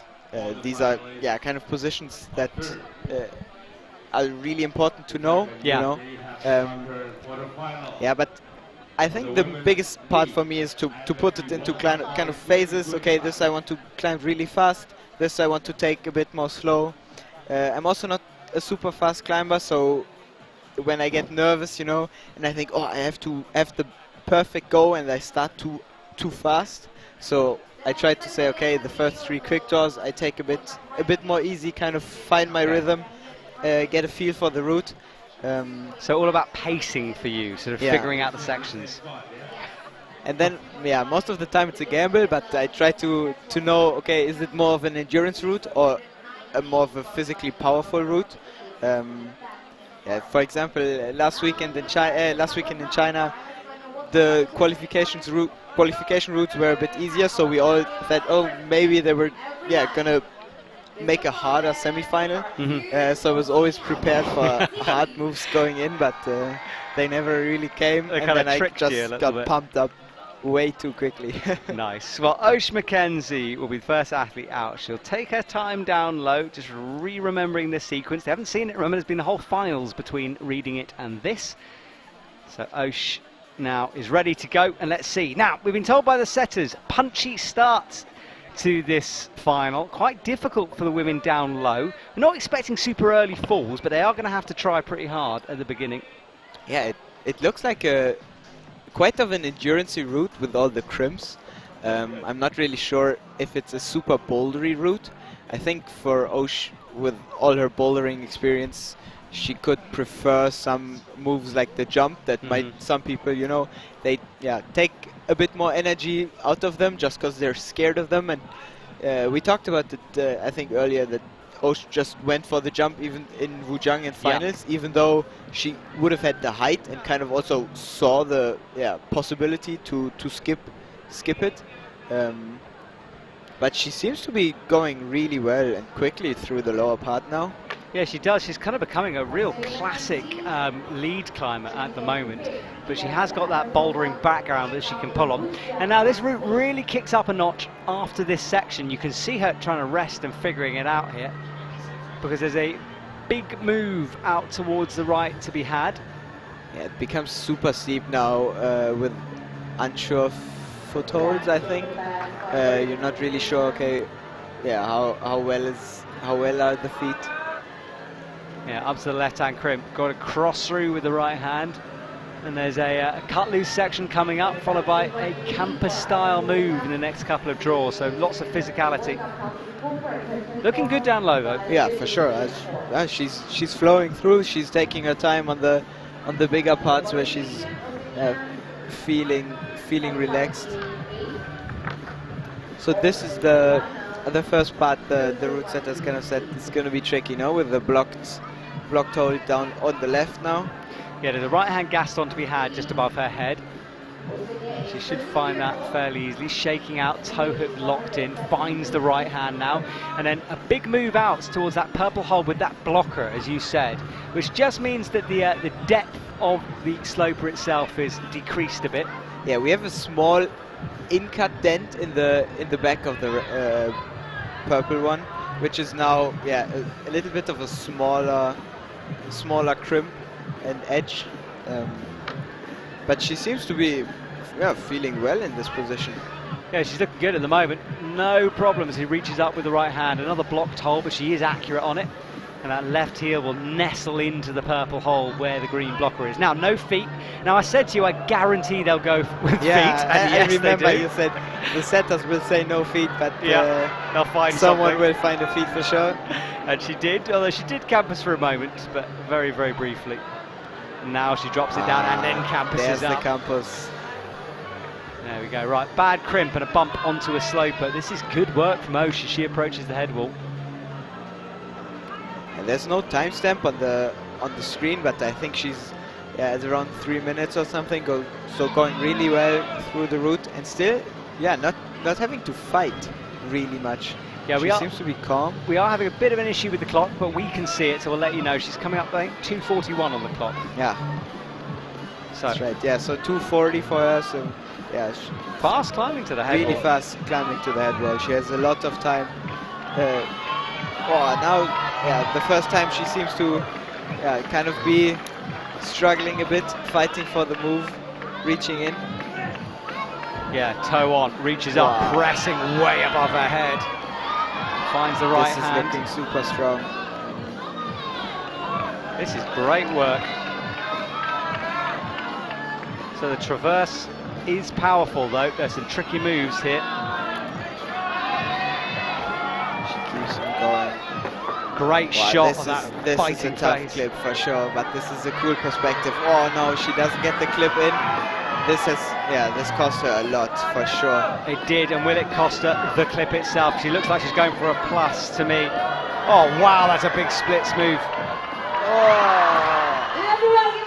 Well, a big fall from Osh coming down. The clip was, I think if she just got that in, she might have got a couple more moves further. Yeah, or maybe just misjudged it a bit. Should have just went for the move after. Could have tried to clip later on. I think it's always more important to get like the 1 or 2 holds more if you're in the like little bit at the end of your fight. Yeah, but sometimes you don't know. And for sure, she was not expecting to fall on the clip, you know, or at least like not get the clip in. Yeah, well, this was her climbing down low on the route. A wonderful drone shot with a campus move as she used all her physicality. She looked super relaxed throughout the steep part, you know, just starting to fight when she moved onto the head wall. Now here she fell, kind of tried to reach it, going for it full on her, using her full length. I love that shadow as she walks through the shot there, over to the right where she will sit and breathe in this Bali night air. All right, next up will be Mia Krampel. We'll be waiting back in the isolation area. That's the tent where they've been warming up, although not much warming up needed. And Mia Krampel looks very comfortable. She said it today was the first time she saw the beach. She's been in a hotel room sort of chilling for the last couple of days. Wow, okay. Which is fair enough. It's obviously paid off. It worked, but yeah, I think this is for everyone kind of was hard to say, okay, how much time do I want to spend outside to get used to the heat, you know? At the end of the day, you have to climb in the heat as well. The tent over there is cooled down a bit, but not a lot. So yeah, trying to find the right balance also in qualifications between watching the route outside and going for warm-up in the tent, or even staying as much in the hotel as possible, you know, warming up in the hotel gym or something like this. Well, let's see if Mia's tactics have worked here. She's done well to get into finals, Osh having completed her run. Yeah, Mia is one of those double Olympians in Tokyo and in Paris, of course. Was 9th in Wujiang. Hasn't got up into the top 5 in quite a while. I had a couple of unfortunate moments along the way. Let's see if she can do it here tonight. Crosses through, no problems so far. We were told it was a punchy start, but Osh didn't make it look punchy at all. She made it look very easy down low. Also, Mia just went through the start very controlled, a bit slowly or slower than Osh, but she went through it quite relaxed, and it didn't look too risky. And a big splits move. She's super flexible, and we'll see this quite a lot from Mia Krampel. Clip in again, those mics on the wall picking up every sound from the athletes, which is just wonderful. Yeah, we had it with the guys getting the power screams in, not just when they were fighting, but also kind of before, you know, them trying to get in the right mood. When you're resting on the cribs, the deep breaths. Trying to force in some air. Yeah, it's great to see. Mia looking good. She'll chalk up here. This is sort of the last opportunity to do so before going left. A little shake with the left hand here and brings the right hand up to that green sloper. Yeah, this is like the part, okay, they probably looked at it from the start, okay, maybe I will rest here, and now they can also see it getting a bit tougher, you know, they want to get through this part quickly. I think from the observation, for me, the purple one now, the next one did not look too good. Osh managed to shake here really well. Also Mia looking really strong on this one. And look at the time as well, 3:42 only. Also going with the split here, just saves a lot of energy for sure. Yeah, she's very flexible. Those splits move throughout. She's it's just such a characteristic of her climbing that.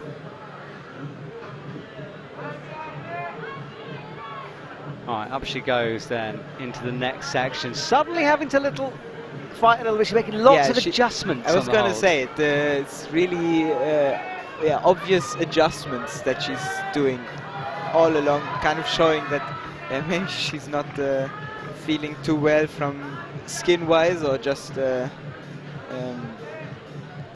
you do that when your skin strength-wise. starts to slide a bit on the hold. Yeah, don't as soon you? as So you bump get it a back bit on. too sweaty, you know, you start to feel uncomfortable on the holds, or you were expecting them to be a bit better. You know, you're trying to find the right sweet spot of the hold, and sometimes not really finding it. Yes, exactly. That's when you fall off. That's what it's called. Right, Mia onto the slope as crosses through with the left hand now. That quick draw out on the right. She needs to remember about that one. She will now, and then clip it quite awkwardly underneath, but it's all good. Taking a bit of time for the clip now, but it seems to be a okay position. Wow, now bumps up. This was Just. also the start that Osh was starting to kind of seem to fight a bit. Yeah, the head wall's really where the battle is for the women's route. Misses it. Oh, Doesn't really reached up reach for the hold. and missed, and then drops all the way down. And twice she misses it. Only hit the volume there, and down she comes, a bit disappointed. Yeah, she was so close on the first try, went back, and then didn't even have enough reach for to get to the same point that she got on the first try. This is Yeah, that miss will cost her dear. She will slot into second place as it stands behind Osh. Let's see some of those highlights then. It was absolutely in control down low. This was the sloper where she did shake out for quite a while, kicking that foot over to the right. That was a great shot, sitting on that right toe. And then this is the move she missed. Reaching up, not quite, slipping down. She didn't really seem to get onto the foothold, you know, trying to get the body on the hold, to get the height. She wasn't able to pull with the hand anymore, and then Well, Rosa Rekar will be out next. 19 years old, her teammate, and great to have her into a final here. She has been in finals before. Her best finish was 4th.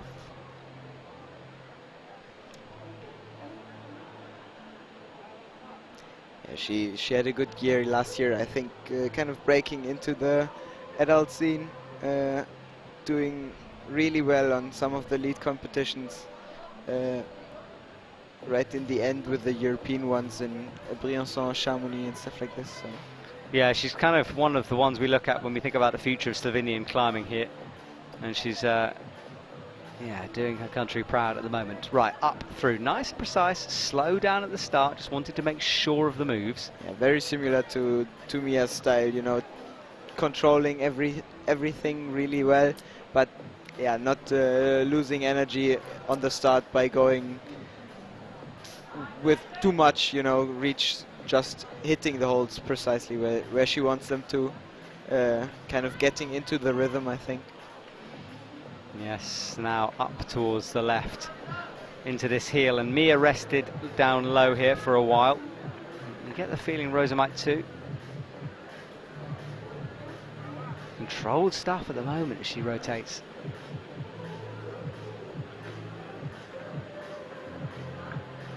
You can hear from the crowd, they are really focused on the climbers. It's an educated climbing crowd we have here in the stadium. Yeah, I said it before, I think you can also see with the Indonesian climbers also making like a lot more making semi-finals here in the Indonesian World Cups, that there are a lot of people that are strong enough to compete here.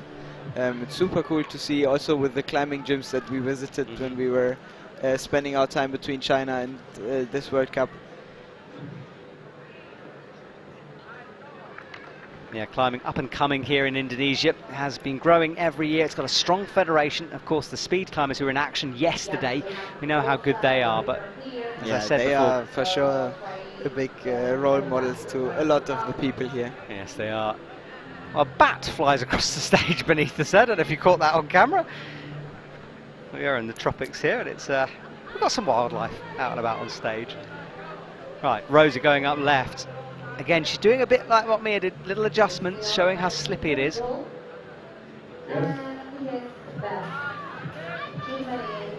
Yeah, but she still seems very comfortable on all the moves, not risking anything too much. Lovely shot of our Trango quick draws there. She gets the rope through.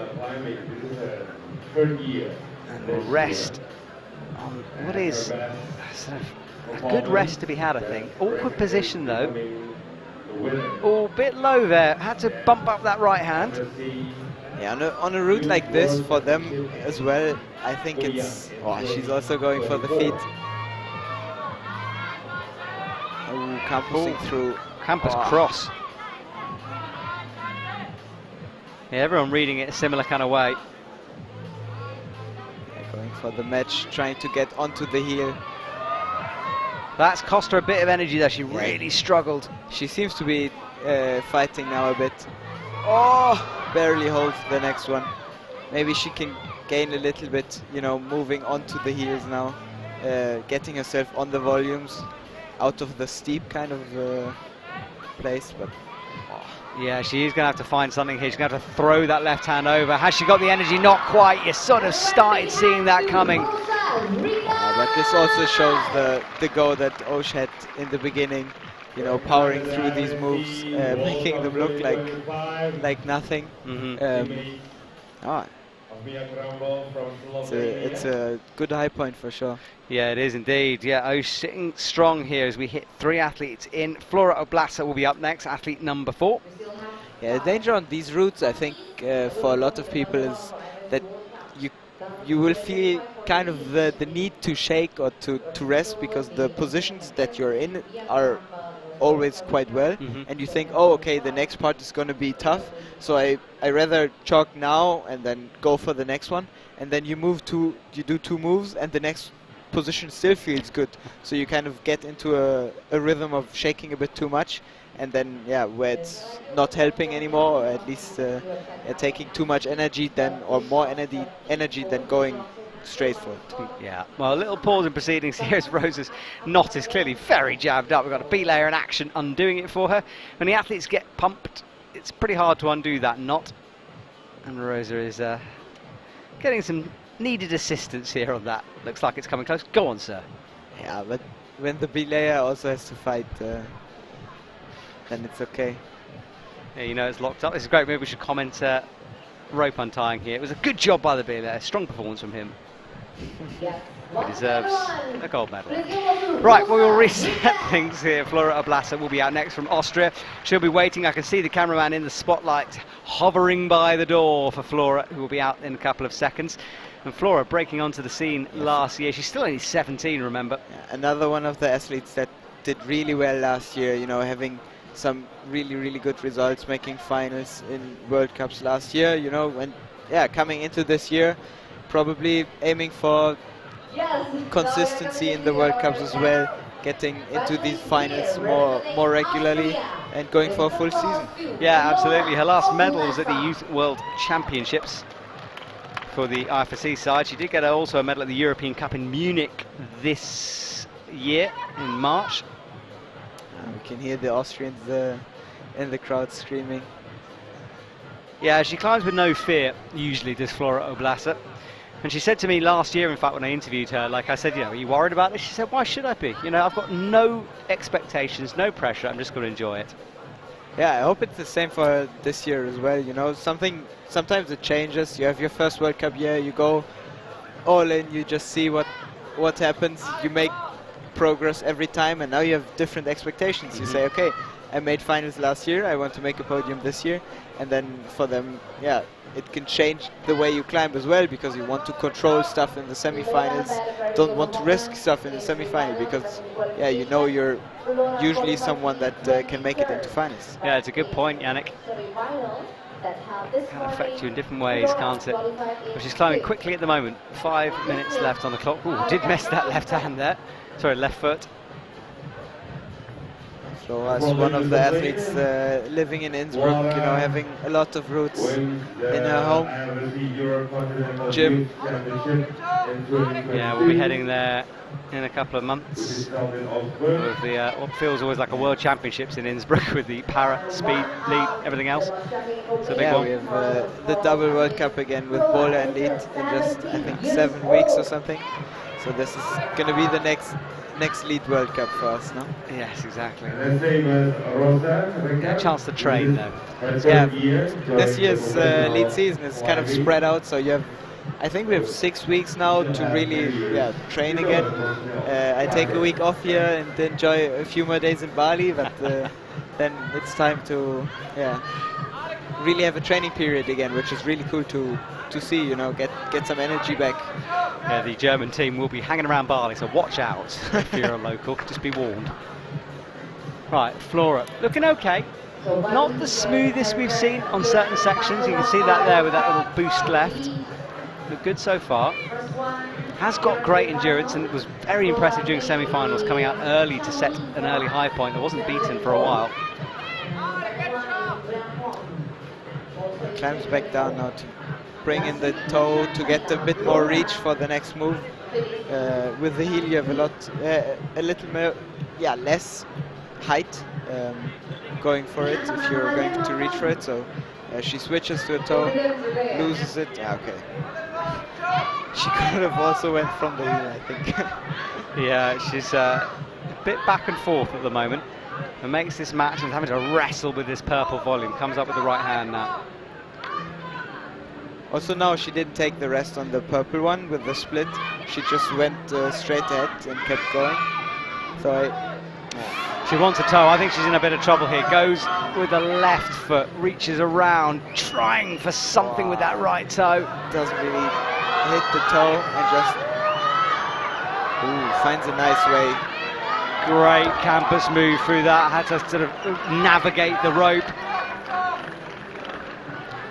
Yeah, this seemed to be a really good way to get the feet to do something for you on the really steep part now.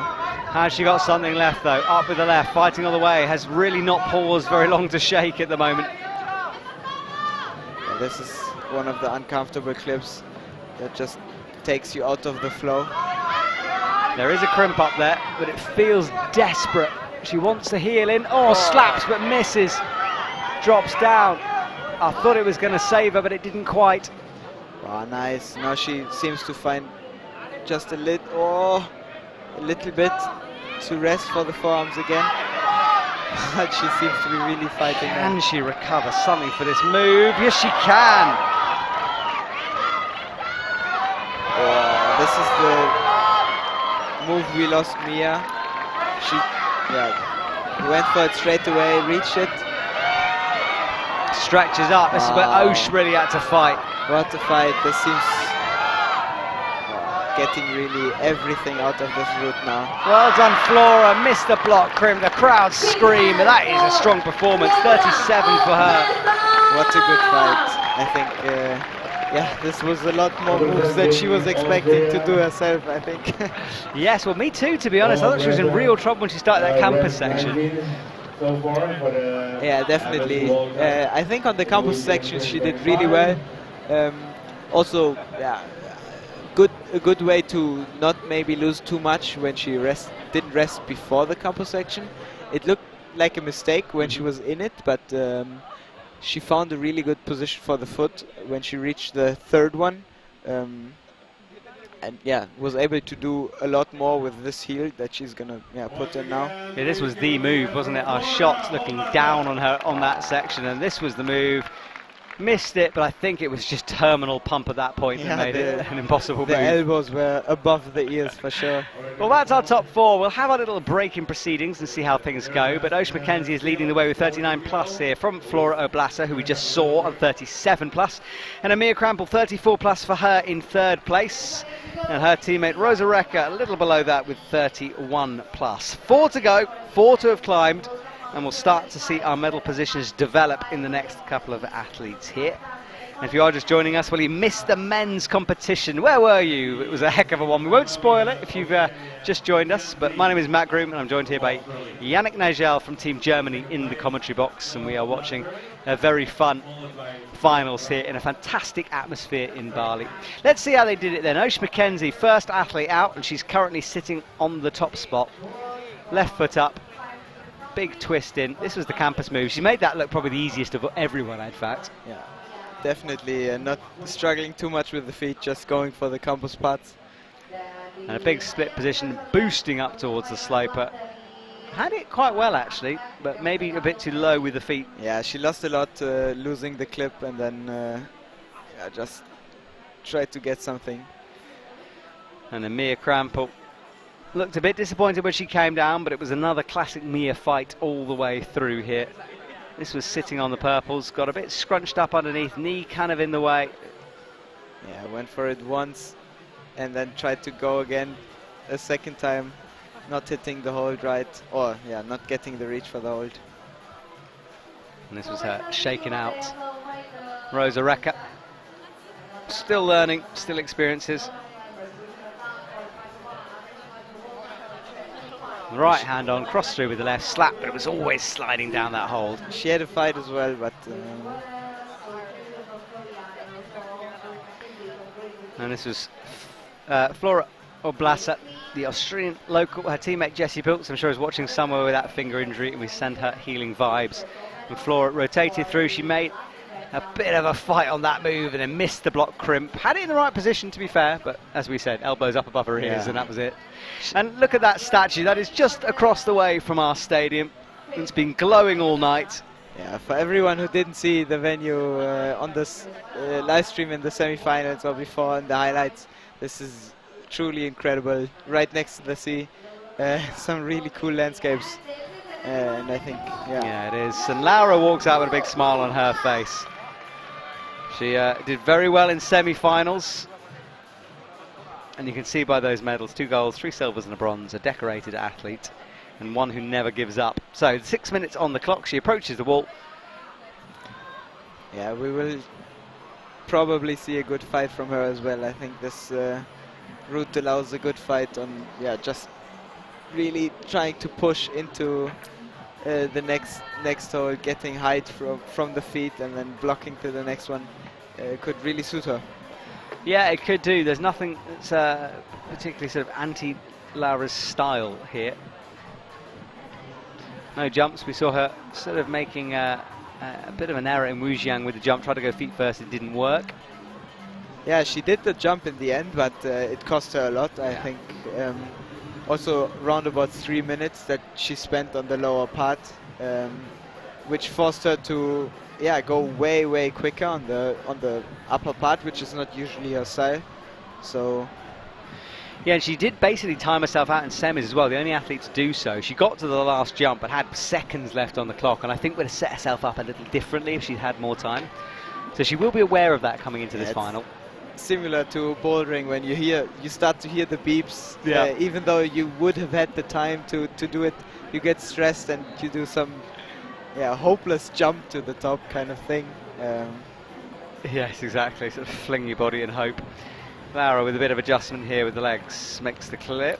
Well, this did not look like a relaxed crimp on this one, clip on this one. So, finds the left hand. Oh, a little bit of a shake there. She makes the jump. Finds the heel to clip from this one. Probably, chalks a bit and then goes for the next part. I think she will look at it now, deciding how hard it's going to be, or how hard she expects it to be. How long do we need to rest? She will be so aware of time. Like, it's something she does work at. She's fully aware that's one of her biggest weaknesses. Yeah.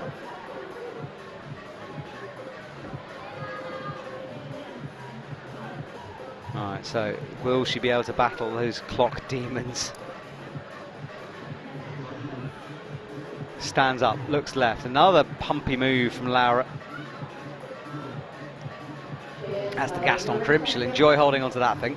But she's through this part relatively quickly, through the lower part. I think for her style, she's only 30 seconds behind the other climbers, which is gives her a lot of time to play around on the next part.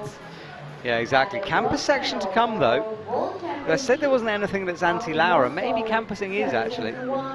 But it seemed to me that the campus is not forced, you know? It's true. Not, the crimps are big enough for a small heel to kind of always help you. Yeah, she's very good at finding those small heels as well. As well, like, you bring the feet on the first one, bring them to the left, you cross to the second one. We saw Flora bring her feet back to the right. So Oh, matching. oh, And now starting this campus sequence. No problem so far. It's this move I'm worried about. But she, as you say, gets the heel in. we'll match the next one for sure as well. Has a look on the clock. I think sees 2 minutes 40. I think this is, yeah, plays to her advantage for sure now. It's cool to see that I think none of the girls did the campus section the same way. I think everyone kind of found their own, yeah, it's Style through it.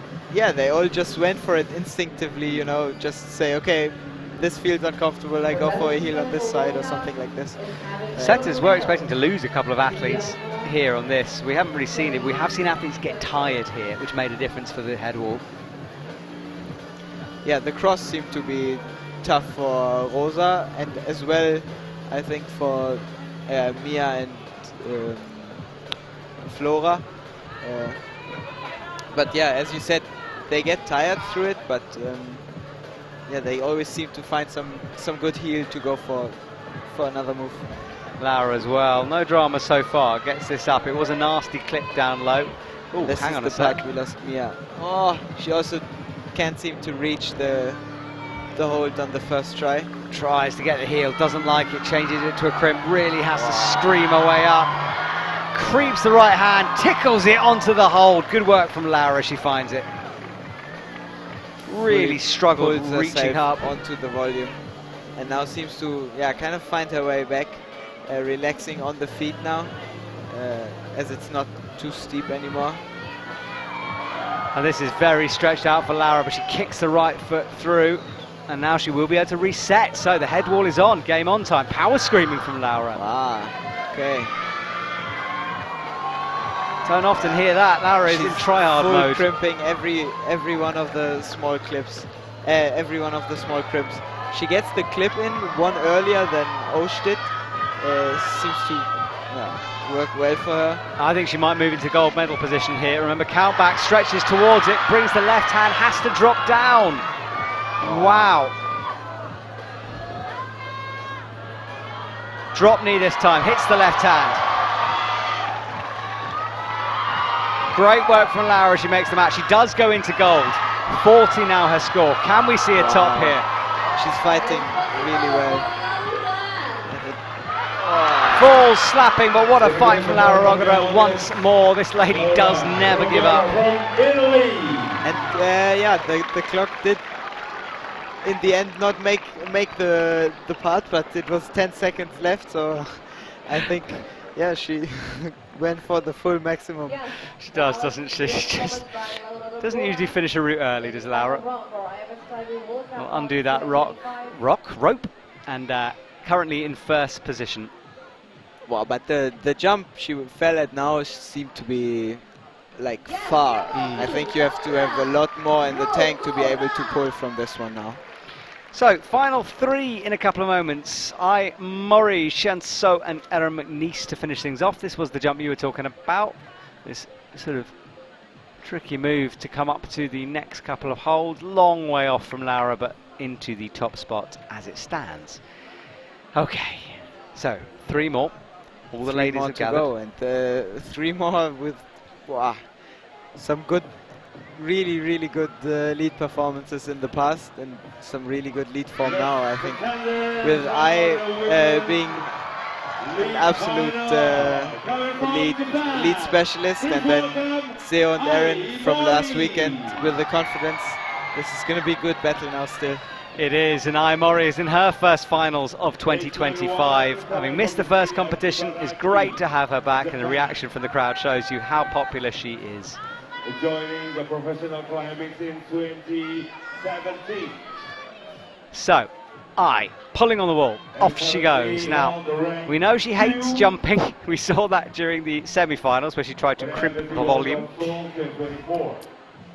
But no jumps until the top, and she's got to get there first. Yeah, she also seems to really control everything down low, taking it slow, but just, yeah, no hesitation. And Yeah, smooth work from Ai, as we'd expect. She's got to keep an eye on the time though as well. Yeah, Not the fastest. yeah, she has a lot of problems with the time, I would say, in the last years as well. But I'm not sure if I remember it correctly, but she seemed to have gotten a lot quicker, or a lot better in being able to manage it when she has to. Yeah, I think so. I mean, it's something she is learning, obviously, and it is one of her weaknesses. But we'll have to wait and see. It was better in the semi-final. She looked good there. Yeah. So 5 minutes left for her run. Here in Bali for And this little pop out, not using the intermediate. And adjust those hands. And this is where she will shake out for a couple of seconds at least. Or not. Go straight through. Yeah, sometimes you have a resting position that you have in the start, and you say, okay, I will rest here, and then yeah, you're not feeling really tired, so you just keep on going, trying to use the time or energy that it also costs you to rest for a position in the end. She also occasionally rests on some very weird places. She's now doesn't have the clip in on her heel, which seems to be really far away. You're right, she's climbed past the clip. This is going to cost her a lot. She did quite a nice move skipping the one on the right that she's clipping from now. But yeah, having to climb back to clip was probably not on the plan. Yeah, not ideal for Aimori. So that's cost her some time and energy here. She'll sort of try to put that behind her, but it's a difficult one to forget, isn't it, when you've made that kind of a mistake. Yeah, this is always then tough to find in the mind to reset and say, okay, it doesn't matter, I can still keep on fighting. Because you're always aiming for the perfect go, yeah, especially in these finals and medal races. Alright, well, let's see how much it has cost her through this section. It means she can't rest as much as she'd maybe like to. And listen to that support from the crowd, amazing stuff from them. That's the rope with that red section I was talking about, the 5 meters either side from the new Trango ropes. The safety feature brought here to the World Cup. It's cool to see.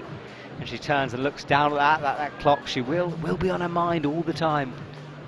Yeah, I hope it's not on her mind the entire time. I think she also, kind of has the resting position, and then it kind of like flicks a switch saying, okay, maybe, wow. Big slip there from Ai. She did not seem comfortable on the first crimp here. Almost falling fully in her shoulders and the long arm. But she seems to have gotten back quite well with the heel on the first crimp. Been a bit dramatic, this one from Ai, hasn't it? Definitely. Yeah, as I said, it's wow. Okay, she seems to kind of also be fighting now, being pumped for sure. Yeah, we said it with Satone as well. Little mistakes can make a difference. It didn't for him, maybe will for Ai, but that clip is much easier for her. Yeah, now she seems to have found her way back really well. But the margins for the medal spots are super small. The form of everyone is really similar, so yeah, it makes a huge difference if your goes really well or if you're losing energy on moves. What a shot by our camera crew as well, just showing every detail of that hold. Loved seeing that. Right, up onto the blue volumes now, adjustment with the feet. Now this is going to be a big stretch for her. Yeah, Laura was struggling as well for this move, just for the reach, but does not seem to affect her too much. She seems to have covered a bit there for the head wall. Yeah, she's approaching the jump now. She looks quite well, also doing the clip from this side. Having a look at the clock with 1:20. And I think for Ai it's also, she knows that jumps might not be her strength. So as she's approaching them, she might get a bit nervous, being a bit scared. Also then, thinking about can she skip it or kind of sneak her way around it. What can I do differently? Look at that though. Laura made that move look very difficult. Ai made it look cruisy. Checks the clock again. She's got a minute left, easily enough time. Yeah, but it's not like she has a podium to stand on here and relax. Oh, that's a long way though. Fingertips stretching, had to drop down and reset. More doesn't. chalk needed. Slightly higher with the left hand, maybe allowing a bit more of a push. Still far away. And now the time is starting to get a bit lower Yeah, for true. the top. I thought she had a lot of time. I'm wrong on that one. Goes again. This Yes. time. Centimeter by centimeter going forward then. Well, she's got 12 seconds and hits the jump. She's got the jump to come. She can't think about this at all, but she'll try to probably do it static, knowing eye. Yes, she does. Rocking up. She does find it. Will she have time to clip? She's been timed out. Oh. So it's not going to be. I wonder if she just jumped, maybe it would have been enough time, but she was very close. Super close. The time ran out. The 2 tries she needed to get to the second to last green flat hold took approximately, I think, 30 seconds for her, just going back and forth, back and forth. I think in this scenario it makes not too big of a difference because she's third on countback anyways. Yes. So and she has the top hold with the time. So even if someone else gets the top hold, they True. would be in front of her. That is true, but a top would have been nice, wouldn't it? But she's guaranteed a medal as well now. She's guaranteed the medal, and yeah, it seemed like a really, really good fight on the top wall now. Well, this is where she suddenly pressed down on the accelerator. Left, right, just about caught it, brought the hands through, and again didn't jump, decided to mantle up at the top. Wow. Crept those hands through towards the jug, but then clipping. She ran out of time just a few seconds before. She was smiling, she did, I think she knew. She realized the time ran out. Yeah, she was done. Right, 2 to go then. Chaehyun Seo will be out now, as she is entering the stage. I'm expecting her to be deep into the head wall unless something very dramatic happens here. Sama-sama kita akan sambut climber berikutnya, representing Korea. Wow. A 93% progression to finals is incredible. Pretty crazy, isn't it? Yeah, she's such a successful climber. 6 golds, 5 silvers, 6 bronze medals. Wow. That will be progression to final for lead, by the way, those stats. So, boots off, climbing shoes ready. And she gets herself set.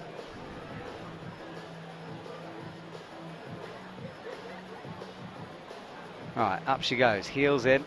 And we know what this is like. It will be slow down low, and then you need to start speeding up the moment you hit that head wall. Otherwise time will start to tick away. It's 10:20 now here in Bali, and the temperatures are cooling down. There's a little bit of a breeze. So it would make, for me, I would say it would make a difference for the skin and the feeling on the wall. In this case, I think it's not really a difference because it's really crimpy, the route from the girls. So on the crimps, yeah, it makes not that big of a difference. Whereas on the guys' route, when you have a temperature drop with the slopers that are really crucial, Yeah, true. it makes a big difference. Unfortunately, they climb first, so they have to deal with more sweat, perhaps, on the wall. All right, so Shion Seo uses the intermediate. A few have skipped this, but uses it just to bump into this right hand. There's the clip in. Looks so calm and relaxed out there.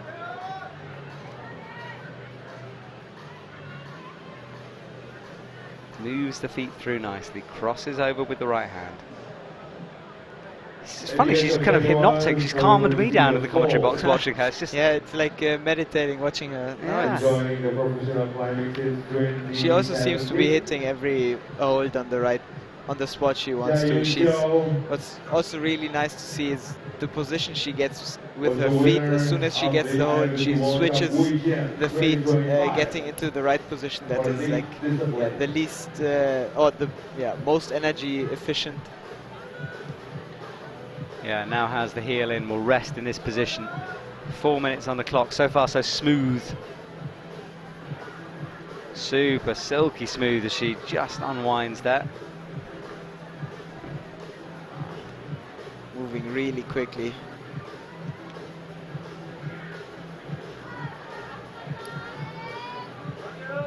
Up she goes with that right hand.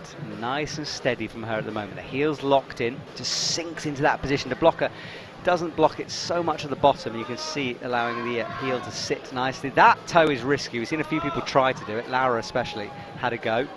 Yeah, but sometimes you have to accept that the blocker is working from the setters, and not trying to force it to still do a heel or toe. This is wonderful stuff from her here, campusing through, heel Again, back in. A different beta than any of the other girls, but somehow they're all going through there really well. I think this just shows the physical strength that they all have here. Yeah, you'll have a little snap there with the left hand to find that left hold. All right, approaching the head wall now. Clip in. Ooh, almost. Only mistake she's made so far. Yeah, but I was going to say, on the clip, she's looking much more relaxed than the other girls until now. Yeah, they were really straining for it. Right now, the real route begins from here onwards. Love that shot of the screw holes on the wall as well. Battered and bruised on our lead wall. Hitting the next one right, and now it's all about getting the body underneath the Gaston on the left. Really pulling on. Wow. This looks very composed still. And she has about a minute longer than I still had, so. Yeah, plenty of time at the moment. This cross-through move is tricky though. Up towards the crimp. And really, this is where her route will begin in this next sequence. Plenty of time on the clock. Brings the left hand and bumps out powerfully with the right hand. This looked a lot less sketchy than the cross-through move, which would end up, in an open door and you kind of lose the feet. But she's moving really well through this part now. Yeah, she's looking pretty set here for a top. Finds the 1-2, holds the 1-2. And now a move away, and I would back her on this one. She can rest, she's got a minute on the clock. Now I'm excited to see if she, I think it's a mantle, like a forced mantle anyways. I'm not sure if you were supposed to Yeah, jump. maybe it is just a mantle up, yeah. And I tell you what, if she gets this, I mean, remember, Erin, count back, count back will count, so Erin will need to stop it too. Right, up she goes, stretching, not quite from that one, face pressed against it. Wow. She has to drop down, nearly lost it on the drop down as well. If we remember, she was really creeping with her fingers, getting every little bit of grip to get more height on until she reached the edge of the hold. Oh, she does go for the pop eventually. Wow, it's super cool to see on the right now. She was stepping with the tip of her shoe into one of the screw holes to get something to smear on the right. Opening up the hip and going straight for the jump. Super cool to see. Yeah, and she celebrates with the crowd. That was well thought out from Chaehyun Seo. Good work from her. And back down to the crowd, covered in chalk, as you can see. And look at that, the celebration there to the crowd. Great work from her. That is a top, and Erin now knows what's ahead. She probably will be sitting in that isolation area, listening to the crowd. Erin and Chaehyun both had tops in the semi-finals, but through countback and qualifications. Not going to come down to time. It's not going to come down to time again. Otherwise, I would try to convince the judges for a super final this time. Yeah, a lot of people last week were saying, put them on the men's route. Yeah. No, last weekend everyone in the athletes crowd was hoping for a super final as well, but we looked up the rules and it wasn't stated. No, unfortunately not. Maybe it will be for next year, who knows. Okay, last athlete out on our last day here in Bali. Erin will walk on. She's waited the longest from ISO, all the way through the men's final, all the way through the women's final. She climbs last here tonight and needs to top this thing out in order to win it. Which is a long day for sure. Yeah, semi-final earlier on.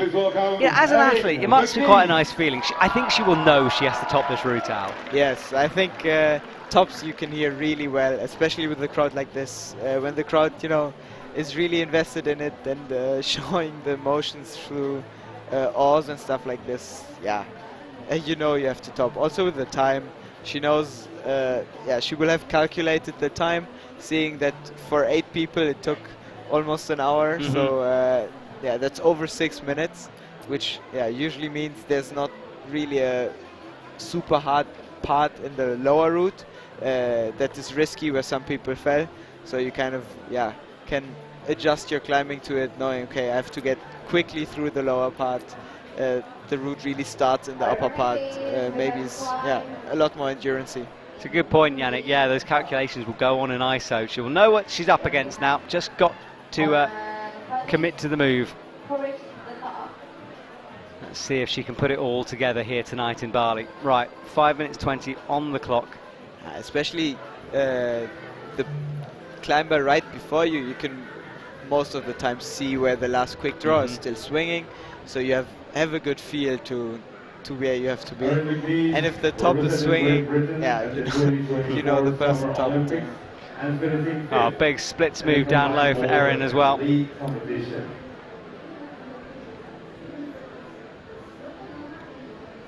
She will be pretty comfortable on these moves down low. It's also moving really quickly and confident through it. She seems to control everything a little bit more.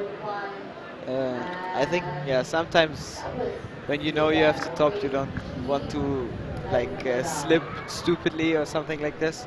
So you put a bit more pressure on the holds, or don't go for it every move as committed.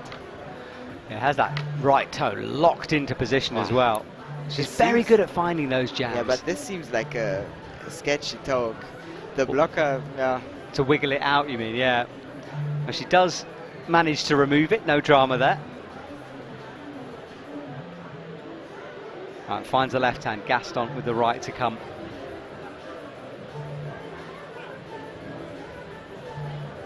You can hear the bubble from the crowd, the stadium packed with people here this evening. She holds that toe and leans back on it.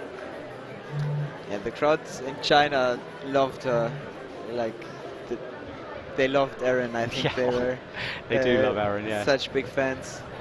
Absolutely adore this lady here. Right, crosses through, matches left hand above the right, up towards the block hold. Little adjustments with that hand needed. Now she goes for the campos, I think. Those are the Olympic rings on her arm. Also has a look at the clock. Only the third British woman to win the medal at the bouldering World Cup competition. So 3 minutes on the clock, and we'll rest before this camper section. She'll know it's physical. She is in good shape though for this.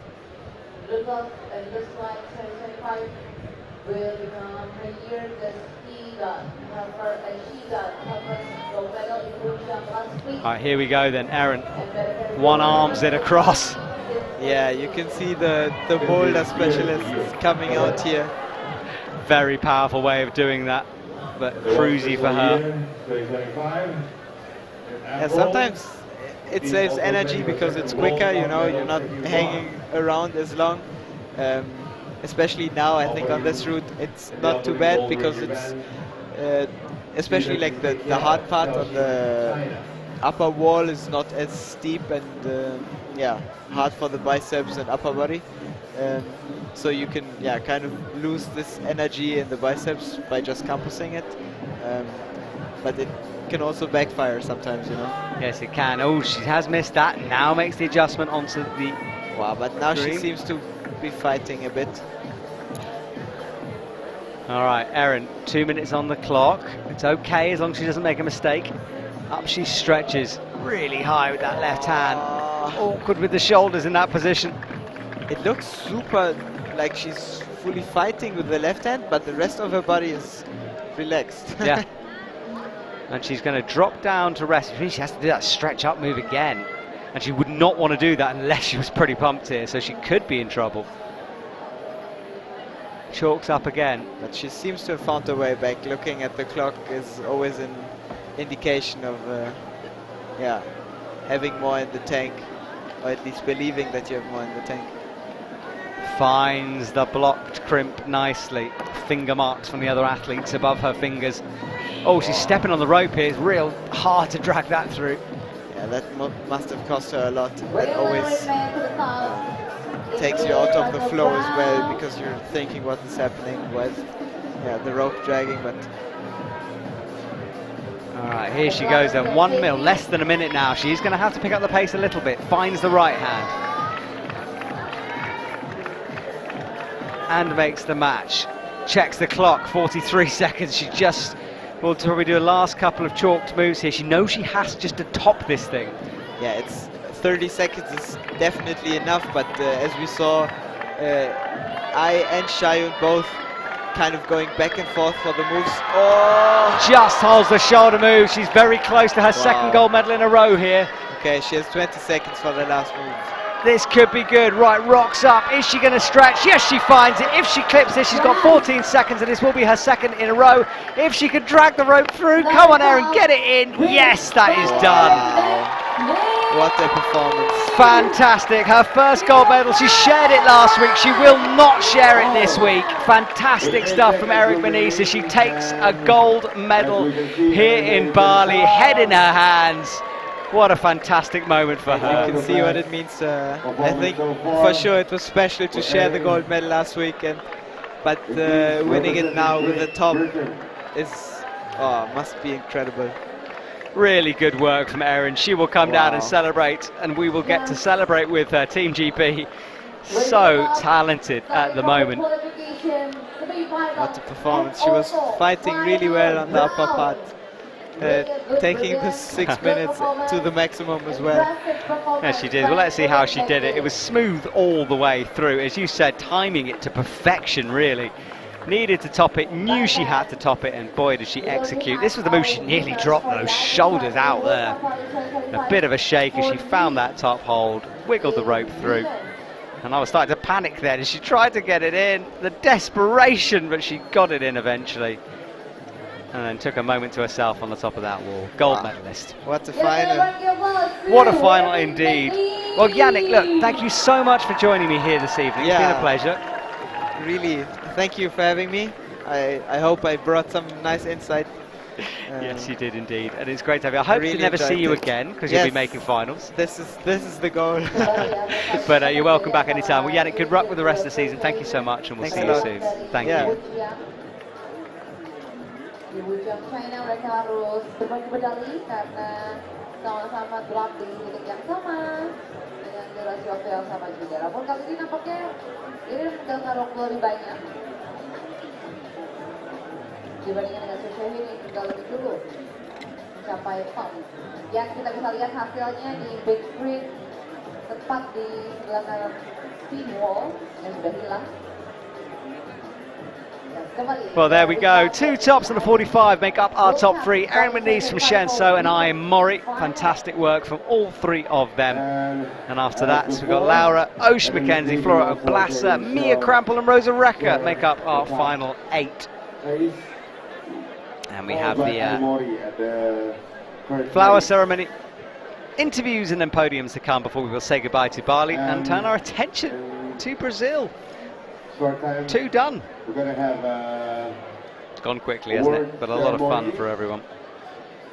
And what a place to hang out for a few days here in the beaches of Bali. Enjoyed every second of the last week, and we have lots of content still coming at you. The World Climbing Club will return. That'll be out probably tomorrow morning, maybe late tonight, we'll see. That will be coming soon. And our flower ceremony next.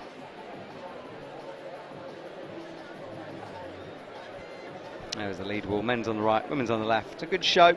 Nice separation eventually from the setters. Good work all round.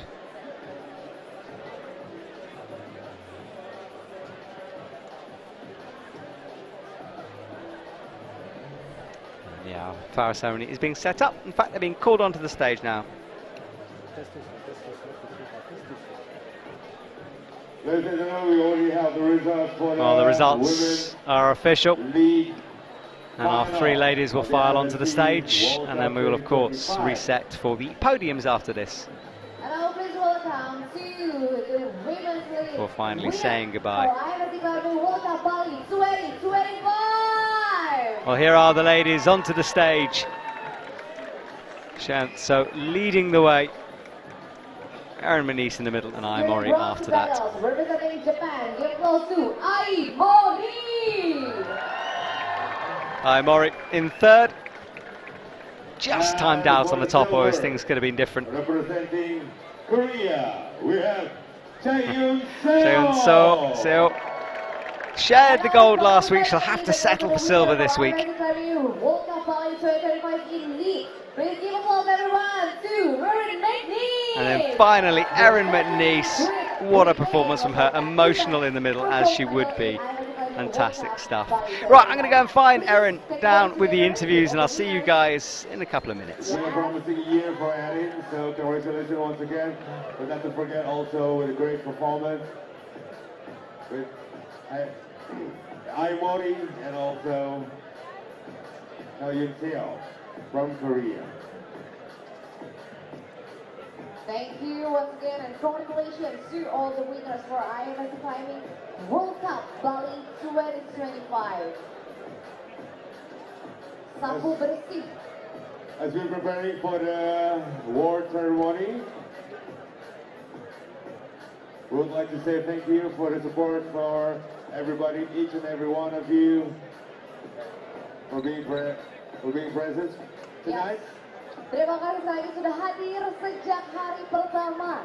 Sejak kualifikasi lead yang digelar hari Jumat, dilanjut kemarin untuk kualifikasi dan juga final speed. Dan hari ini dari pagi tadi kita nonton sama-sama semifinal dan ditutup dengan final lead putra dan putra putri. Dan tentunya untuk dukungan teman-teman organizing committee, para panitia yang sudah berupaya keras menjamin bahwa seluruh pelaksanaan dari kompetisi ini berjalan dengan lancar. Iya. Itu ya. Dan semoga Erin, congratulations. Your first medal of the season in terms of gold medal. You shared it last week, of course, but this is your individual one. Congratulations. Just talk me through how you're feeling. I don't even know, just so happy. I knew that it had already got 2 tops, so it was quite stressful having to come out and get the top, but I'm just so happy that I was able to do it. We saw your face very close up at the top of the wall when you were fighting to get that clip in. I mean, it looked like a little panicky for a moment there. Were you worried? Not too much. I looked down at the clock and saw I had quite a lot of time, and the top hold is quite good, but there's quite a lot of drag at the top of the wall, so it's sort of like doing a shoulder press right after a really hard route.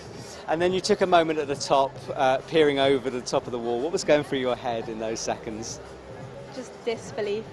I guess in a way I believed I could do it, but it's just like tiny things could make the difference, and I could have slipped, so I'm just happy that I was able to execute. Well, Erin, you can do it. An amazing gold medal. Congratulations. And you keep going from strength to strength, so I cannot wait to see you climb again. Well done. Thank you.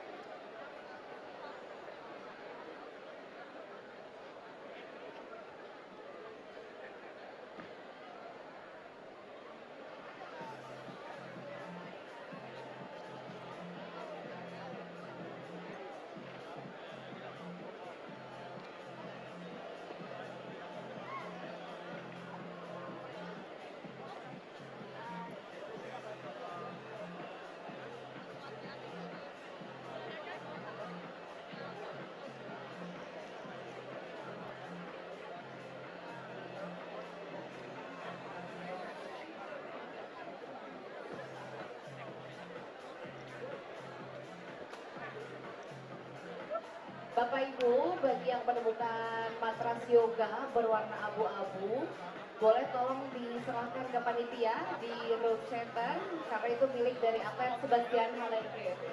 So for everyone that found the yoga mat with gray color, please give to the committee at the room center booth because it's it's Sebastian Halenke's yoga mat. Okay, so once again,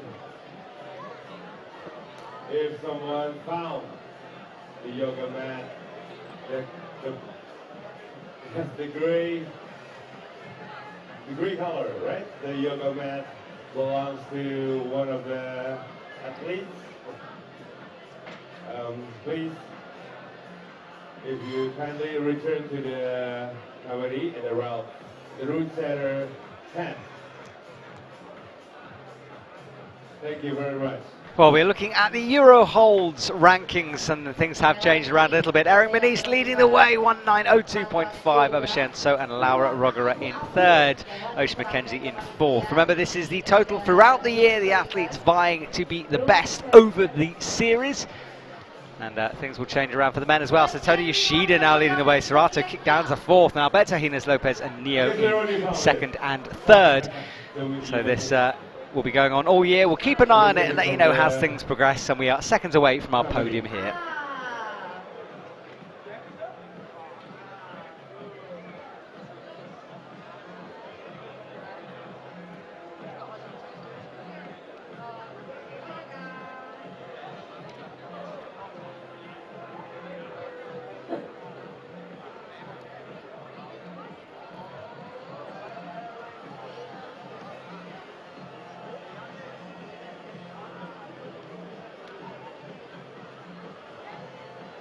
Kita masih akan mengikuti upacara penghormatan pemenang yang akan dimulai sesaat lagi, baik itu untuk putri dan juga putra di disiplin lead pada Ifsc World Cup Bali 2025.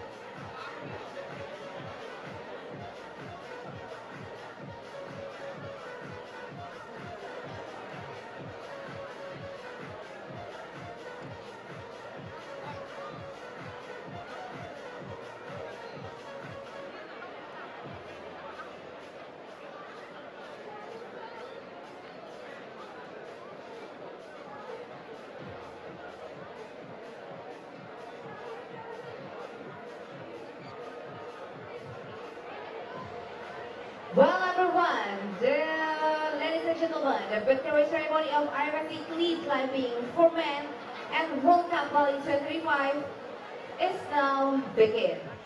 Please welcome to all medalists and presenters.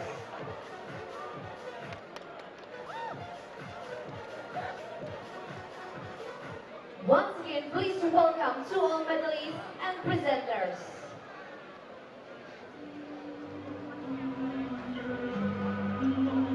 Well, here we go. Podium time as our athletes file onto the stage. Keep an eye out on those trophies, really spectacular. A giant mask.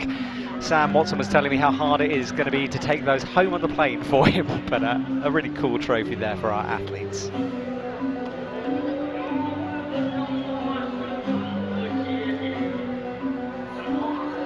The medals will be presented by Vice President of IFSC, Mr. Kobe Natatoro. Vice President of the Ifsc, Kobe, is out on stage.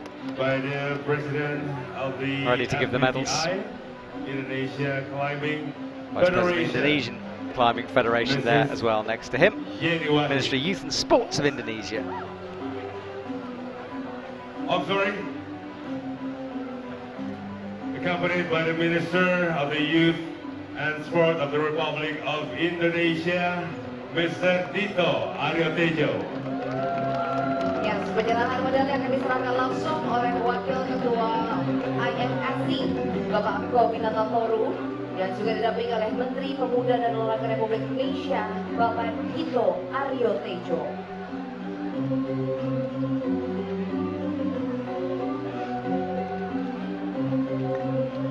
Bronze medalist representing France, Max Berton. So Max, but nope, wrong person there. Peraih medali perunggu mewakili Alberto Hines Lopez with the bronze medal. A bit of a giggle for everyone there. I think they'll work it out in a couple of seconds. But yeah, Max, don't worry. You've got the silver. Don't panic.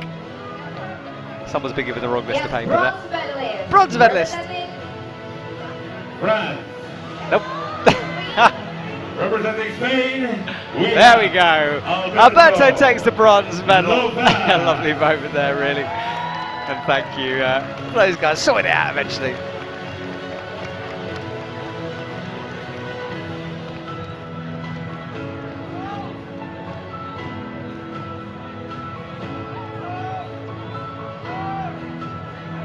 Alberto Hines Lopez, the Spanish Olympic champion from Tokyo, takes the gold. Sorry, the gold, the bronze. I'm doing it now as well. Good work from him.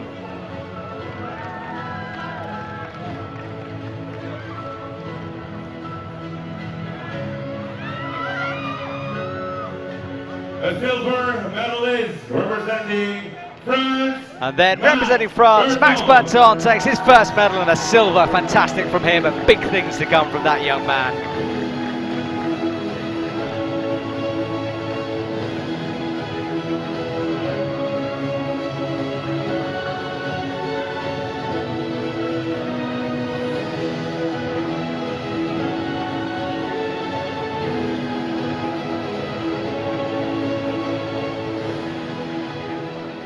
Finally, the gold belongs to the man in the middle, Satone Yoshida, his first gold medal. For IFSC lead climbing for men. World Cup Bali 2025. What a performance from him. He was emotional, he was excited afterwards, and he will enjoy this for some time to come. Brilliant from Satone Yoshida. Congratulations. For representing Japan, please welcome Satone Yoshida.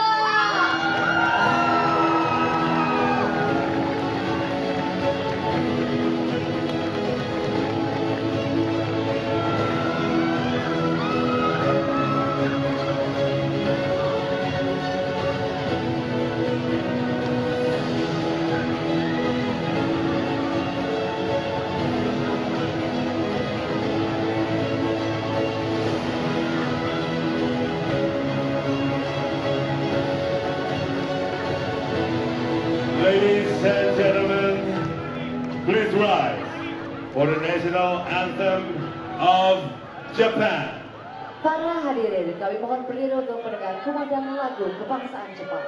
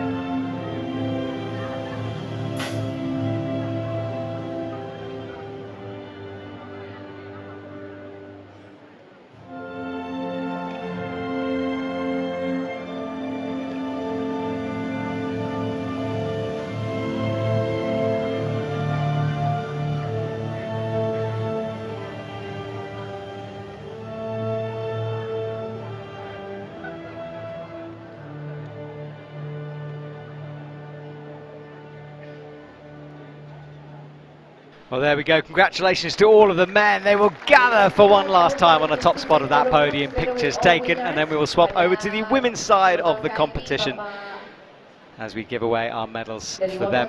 Great performance for all those men, it has to be said. It was a tricky route out there today, and they dealt with sweaty, hot conditions really well. And also Mr. Dito Ariotejo. Take a group photo with the winners of the IFSC Climbing World Cup 2025. Thank you to the presenters.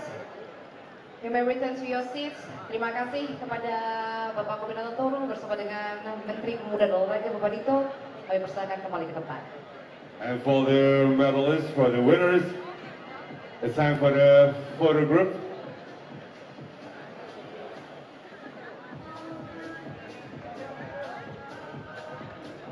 And once again, congratulations. Congratulations for the winners of the men lead final and lead of the IFSC World Cup Bali 2025.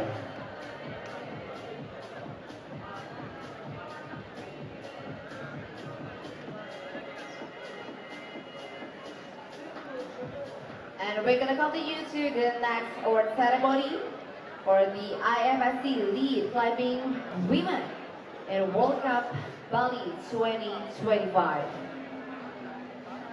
Setelah tadi kita ikuti upacara penghormatan pemenang untuk sektor putra di kategori lead, kita akan lanjutkan upacara penghormatan pemenang untuk sektor putri masih di kategori lead pada IFSC Climbing World Cup Bali 2025.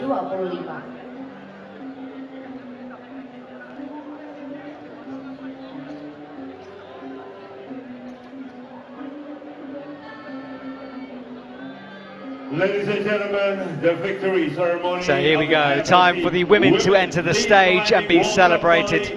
They will enter from the back and come onto the stage underneath that speed wall, our top three. And the presenter. Baik, kita sambut para pemenang dan juga para pemberi penghargaan.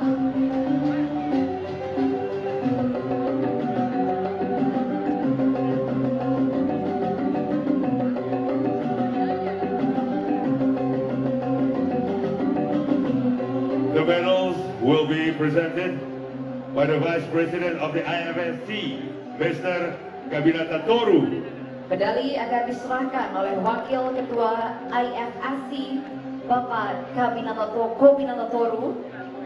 And accompanied by the President of the FBTI, Indonesia Climbing Federation, Mrs. Yannick Flohé. So there is the head of the Indonesian Climbing Federation, the President indeed, Yannick Flohé, with Kobe, the IFSC Vice President, giving away the medals here. Representing Japan, Raih medali perunggu mewakili Jepang, Ai Mori. Mori in third, so close to getting that last clip in. Count back would have made a difference though, but still great to have Ai back on the IFSC stage.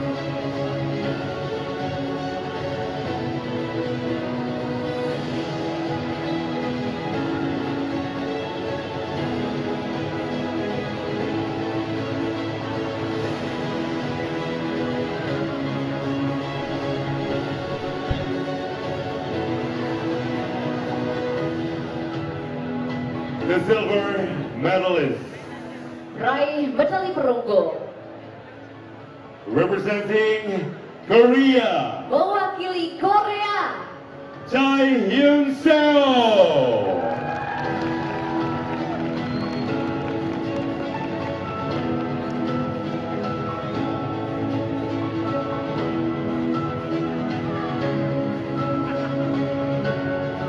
Well, there we go. Gold medal for Chaehyun Seo. What a performance. Sorry, silver medal for Chaehyun Seo. What a performance from her. Shared the gold last week and silver this week, and that mask will feel good in her hands. What a cool trophy. But the gold belongs to Erin McNeice.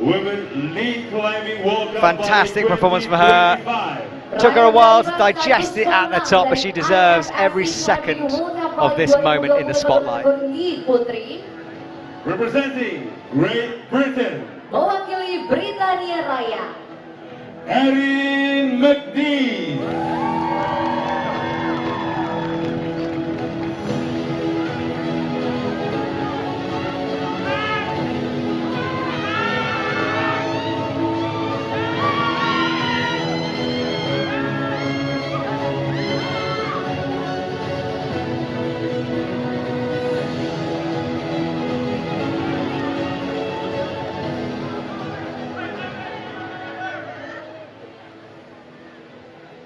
Ladies and gentlemen, please rise for the national anthem of Great Britain. Para hadirin, kami mohon berdiri untuk pendengar kumandang lagu kebangsaan Britania Raya.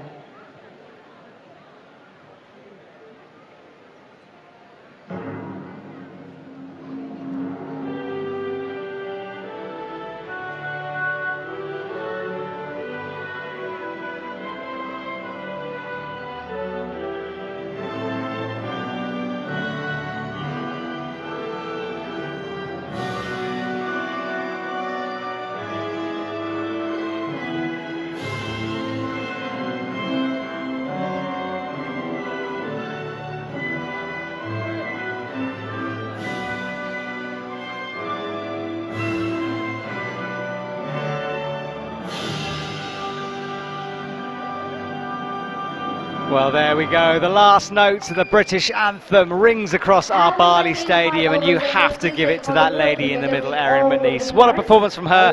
Good at boulder, good at lead, and going from strength to strength at the moment. She'll be looking forward to the next couple of comps, and so will we, as the Ifsc will move on soon into Brazil, the US, and beyond into Europe as our season unwinds itself all the way up until September. But what a wonderful time it's been here. Thank you to Mr. Kabinata Toru, the Vice President of the IFSC, and also The women will gather for one final Mrs. time for the photo Yannick, opportunity. Chairman of the Indonesia Climbing Federation. And once again, congratulations to all the winners. Congratulations, Aimori, So Chaehyun, and also Erin McNeice. And Erin will lead with another huge smile on her face. I think those celebrations will go on for quite a long time into the night. That gold medal will be celebrated well. Bali 2025. And thank you to everyone as part of this competition. Thank you to Obsessed Media for putting on a fantastic show. Wonderful as always. And thank you to the Bali organisers for looking after us here in the heat. It was tough conditions for the athletes, but air conditioning was provided, which was fantastic. Air conditioning, ice baths, everything the athletes needed. And what a way to finish this fantastic competition here. We will hopefully be back next year, back to the beaches, back to the humidity, and I for one can't wait for that to happen. But of course right now we will move on towards Brazil for the next World Cup of the year. I'll be there calling all of the action as always, and a big thank you to my co-commentators who joined me in the commentary box, as always bringing their expertise to proceedings. Speed was super speedy, world records broken, gold medals claimed, and lead. Oh, what a battle that was all the way to the end. Right, we will see you very soon. Thank you so much for joining us, everyone. It's been a pleasure, and we will return for more IFSC action. Good night. Asia Pulp and Paper, Pantai Indah Kabuk 2, Arka Praha